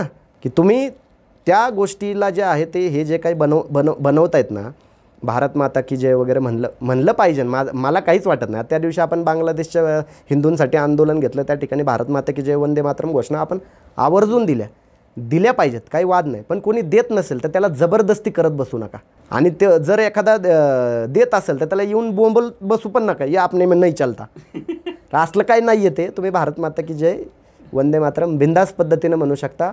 आणि मी तर म्हणतो म्हणायला पाहिजे. मला काही कुठल्या गोष्टींवर आक्षेप नाही आहे. इवन भाई वैद्य पण मध्ये म्हणाले होते की जर कोणी म्हणत असेल की इस देश में रहना होगा तो वंदे मातरम कहना होगा तर आम्ही त्याचा उघडपणे विरोध करू, अशी त्यांची भूमिका होते भाई वैद्यांच्या. काय करणार मग तुम्ही त्याला? आता ते काय मुस्लिम आहेत? बरं, ते 1 नंबरचे पुरोगामी, काय म्हणणार तुम्ही त्यांना? मग आणि असं ह्यांना वाटतं की हिंदू धर्मीयांमध्ये सुद्धा ह्या सगळ्या गोष्टींच्या अतिरेकाने त्यांचं समर्थन आहे. बिलकुल समर्थन नाही आहे सर. आणि तुम्ही सांगाल तोच काहीतरी राष्ट्रभक्तीचा, तुम्ही सांगाल तोच काहीतरी देशभक्तीचा परिमाण काही आहेत का? बरोबर आहे. देशभक्ती कशी असू शकते? तुम्ही भारत माता की जय म्हणाल आणि रस्त्यावर थुकाल आणि कचरा टाकाल, तो कचरा उचलणारा जर भारत माता की जय म्हणत नसेल आणि कचरा उचलत असेल तर तो देशभक्त म्हणावा लागेल. मग तो कुठल्याही धर्माचा असू दे, मग त्याचा धर्म तिथं मॅटर करत नाही. भाई, या चर्चेच्या शेवटाकडे येताना एक राजकीय प्रश्न, म्हणजे थेट निवडणुकीच्या राजकारणाचाच प्रश्न आहे की मुस्लिमांना जरी भारतात अल्पसंख्याक म्हणलं जात असलं आपल्याकडं, म्हणजे अल्पसंख्याक पण एक खूप मोठी संख्या आहे मुस्लिमांची, 15, 17, 20 कोटी. आता जनगणना झाली ना, त्यामुळे ती आणखी वाढली असेल. एवढी मोठ्या संख्येत एक मुस्लिमांचे प्रश्न मांडणारा, वेळप्रसंगी मुस्लिमांना खडसावणारा, त्यांच्या हक्कांसाठी लढणारा कोणी असा मुस्लिम नेता खमका तयार का होत नाही भारतात? एक लक्षात घ्या, मुस्लिमांचे प्रश्न मांडणारा, मुस्लिमांसाठी लढणारे खूप मिळतील, खडसावणारा नाही मिळणार. राजकारणामध्ये खडसावणं चालत नाही सर. राजकारणामध्ये तुमचा समाज किती अन्यायग्रस्त आहे हे दाखवूनच तुम्ही मोठे होऊ शकता. तर राजकारणामध्ये तुम्ही कुठलाही समाज घ्या, भले हिंदू धर्मीय घ्या, आपल्या तिथे जे काही महाराष्ट्रामध्ये सध्या जे काही जातीय ज्या काही गोष्टी चालू आहेत, जातीच्या अनुषंगाने जी काही राजकारणं चालू आहे, धर्माच्या अनुषंगाने जी काही चालू आहे, त्यात कुठला माणूस म्हणतोय की तुमच्यात सुधारणा झाली पाहिजे? एक माणूस मला सांगा, एक माणूस, एक राजकीय नेता सांगा, तो म्हणतो की तुमच्या अमुक आमच्या स्वतःच्या धर्मामध्ये सुधारणा झाली पाहिजे आणि तो नेता झाला? होऊच शकत नाही सर. माझ्यावर किती अन्याय झालाय, जर झाला नसेल तरी झालाय असं फील करून देणं गरजेचं आहे, त्याच्यानंतरच नेता होऊ शकतो. त्यामुळे हा विषय फक्त मुस्लिमांशी निगडीत नाही. तुम्ही कुठल्याही धर्मियांमध्ये गेलात तर त्यांच्यावर अन्याय झाला अशी जोपर्यंत तुम्ही मानसिकता त्यांच्यामध्ये निर्माण करत नाही आणि त्या अन्यायाच्या विरोधामध्ये तुम्ही काहीतरी प्रश्न उपस्थित करताय, तुम्ही लढताय, असं जोपर्यंत तुम्ही मानसिकता निर्माण करत नाही तोपर्यंत तुम्ही काही नेते बिते असले बनत नाही. सुधारणावादी, बुरखा बंद करा वगैरे असं म्हणून लोक चपलीनं मारतील पण नेता बनवायचे नाही, कळलं का? अशी परिस्थिती आहे. त्यामुळं हे सगळे विचार घेऊन म्हणजे मला मध्ये जी काही मुलाखत झाली त्या मुलाखतीनंतर मला बऱ्याच जणांचे फोन आले, म्हणाले की आम्हाला तुमच्यात नेतृत्व दिसते. म्हणलं मला तर दिसत नाही. म्हणलं बाबा, म्हणलं हे सगळे मुद्दे घेऊन मला कोणी नेतृत्व बनवल असं मला तरी वाटत नाही. म्हणलं माझा विषय हा जेवढा हिंदुत्ववाद्यांच्या बाबतीमध्ये आहे त्यापेक्षा कैक जास्त हा मुस्लिमांमध्ये सुधारणावाद आणण्यासाठीच आहे. म्हणलं कारण खूप सारे प्रश्न हे आपल्या समाजाशी निगडीत आहेत, ते समाजामध्ये चुकतात. ते अंतर्गत जर बदल होत नसतील तर त्या राजकारणाला काय चाटायचं आहे का? मी तिथं जाऊन बोलूच शकणार नसेल तर मग काय चाटायचं का त्या गोष्टीला? त्यापेक्षा सुधारणावादी चळवळीमध्ये काम करणं आणि समाजामध्ये काहीतरी या सुधारणावादी चळवळीच्या माध्यमातून जर महाराष्ट्रभरामध्ये, मी तर खूप छोटा आकडा सांगतो, मी तो काही हजार लोक जरी बदल झाले का तरी खूप झालं. त्याच्यापेक्षा जास्त लोकांमध्ये बदल घडला आहे खरं तर, पण 1000 लोक जरी बदलले तरी खूप झालं मी म्हणतो. भाई, तुम्ही आता शेवटचा प्रश्न या मुलाखतीतला, अगदीच शेवटचा, तुम्ही मुस्लिमांमध्ये सामाजिक बदल घडवून आणण्याचा प्रयत्न करताय, पण असे कोणते ठळक बदल आहेत की जे तात्काळ होणं गरजेचं आहे मुस्लिम समाजामध्ये? तात्काळ होण्याची जी गरज आहे, सगळ्यात पहिली गोष्ट हे जे काय आहेत की सगळ्यात पहिलं तर मुस्लिम समाजामध्ये महिलांचा जो बुरखा आहे तो बंद झाला पाहिजे. महिलांच्या शिक्षणाकडे लक्ष दिलेलं आहे मुस्लिम समाजाने, मी नाही म्हणत नाही की महिलांकडे लक्ष दिलेलं नाही, पण त्या महिला शिकल्यानंतर करतात काय? हाँ, हमारी लड़की ने 10वीं में इतने % मिला है, 12वीं में इतने % मिला है. हा पुढं जाऊन काय झालं? तिचं लग्न झालं का फक्त? पुढं जाऊन ती कुठल्या जॉबला लागली का? आर्थिकदृष्ट्या सक्षम झाली का? हा सगळ्यात महत्त्वाचा प्रश्न आहे. तिसरी गोष्ट ही की मुस्लिम समाजामध्ये शिक्षणाविषयी अनास्था अजून देखील आहे मोठ्या प्रमाणामध्ये. शैक्षणिक मुवमेंटला धार लागलेली आहे, पण असा मोठा घटक आहे ज्याची शिक्षणाबाबतीत खूप अनास्था आहे की सीख के क्या करेंगे, क्या होने वाला है सीख. पण तुम्ही शिकून कुठल्याही क्षेत्रामधले जे आहे ते मास्टर बनू शकता. जर एखादी गोष्ट तुम्ही करत असाल तर त्या गोष्टीमध्ये चांगल्या अतिउच्च लेवलला तुम्ही जाऊ शकता. हा एक विचार समाजामध्ये रुजणं गरजेचं आहे. चौथी गोष्ट अशी की सुधारणावादी विचार जे आहेत ते सुधारणावादी विचार स्वीकारार्हता जी आहे ती मुस्लिमांमध्ये खूप कमी आहे आत्ताच्या घडीला, पण ती हळूहळू मला असं वाटतं की ती वाढेल, त्याच्यामध्ये बदल होईल. आणि आणखीन एक गोष्ट ही की मुस्लिमांनी आपल्या तिथल्या प्रादेशिक ज्या काही संस्कृती आहेत त्या प्रादेशिक संस्कृतीशी मिळतं जुळतं घेतलं पाहिजे. आपण राहतो महाराष्ट्रामध्ये पण मेंटॅलिटी आपण जगत असतो अरबमध्ये. हा जो मुस्लिमांचा प्रॉब्लेम आहे तो प्रॉब्लेम जो आहे त्याच्यामध्ये सुधारणा झाली पाहिजे, बदल झाला पाहिजे. इथल्या संस्कृतीशी मिळतं जुळतं घेऊन इथल्या संस्कृतीच्या ज्या काही गोष्टी आहेत त्याच्याशी नाळ जोडून आपण काय करता येईल याच्याकडे मुस्लिम जेवढ्यात लवकरात लवकर लक्ष देतील तेवढं वातावरण चांगलं होण्यासाठी मुस्लिमांमधलं तरी जे काही मनुवादी वृत्तीचे लोक आहेत तुम्ही कसंही वागा ते त्याचं भांडवलच करणार. भांडवलच करणं, त्याला तुम्ही थांबवू शकत नाही. पण हा विषय स्वतःशी निगडीत आहे. कोण काय बोलतं त्यापेक्षा आपण आपल्या घरातली घाण साफ करणं खूप जास्त गरजेचं आहे. भाई, तुम्ही आमच्यासोबत चर्चा केली, तुमचा वेळ दिला, तोंडाची बडबड एनर्जी आम्हाला दिली, त्याबद्दल तुमचे खूप खूप आभार. यानंतरही पुन्हा पुन्हा बोलत राहू, तुम्ही आम्हाला वेळ द्याल या अपेक्षा ठेवतो. जर तुम्हाला हा व्हिडिओ आवडला असेल तर व्हिडिओला लाईक करा, चॅनलला सबस्क्राईब करा. धन्यवाद. धन्यवाद.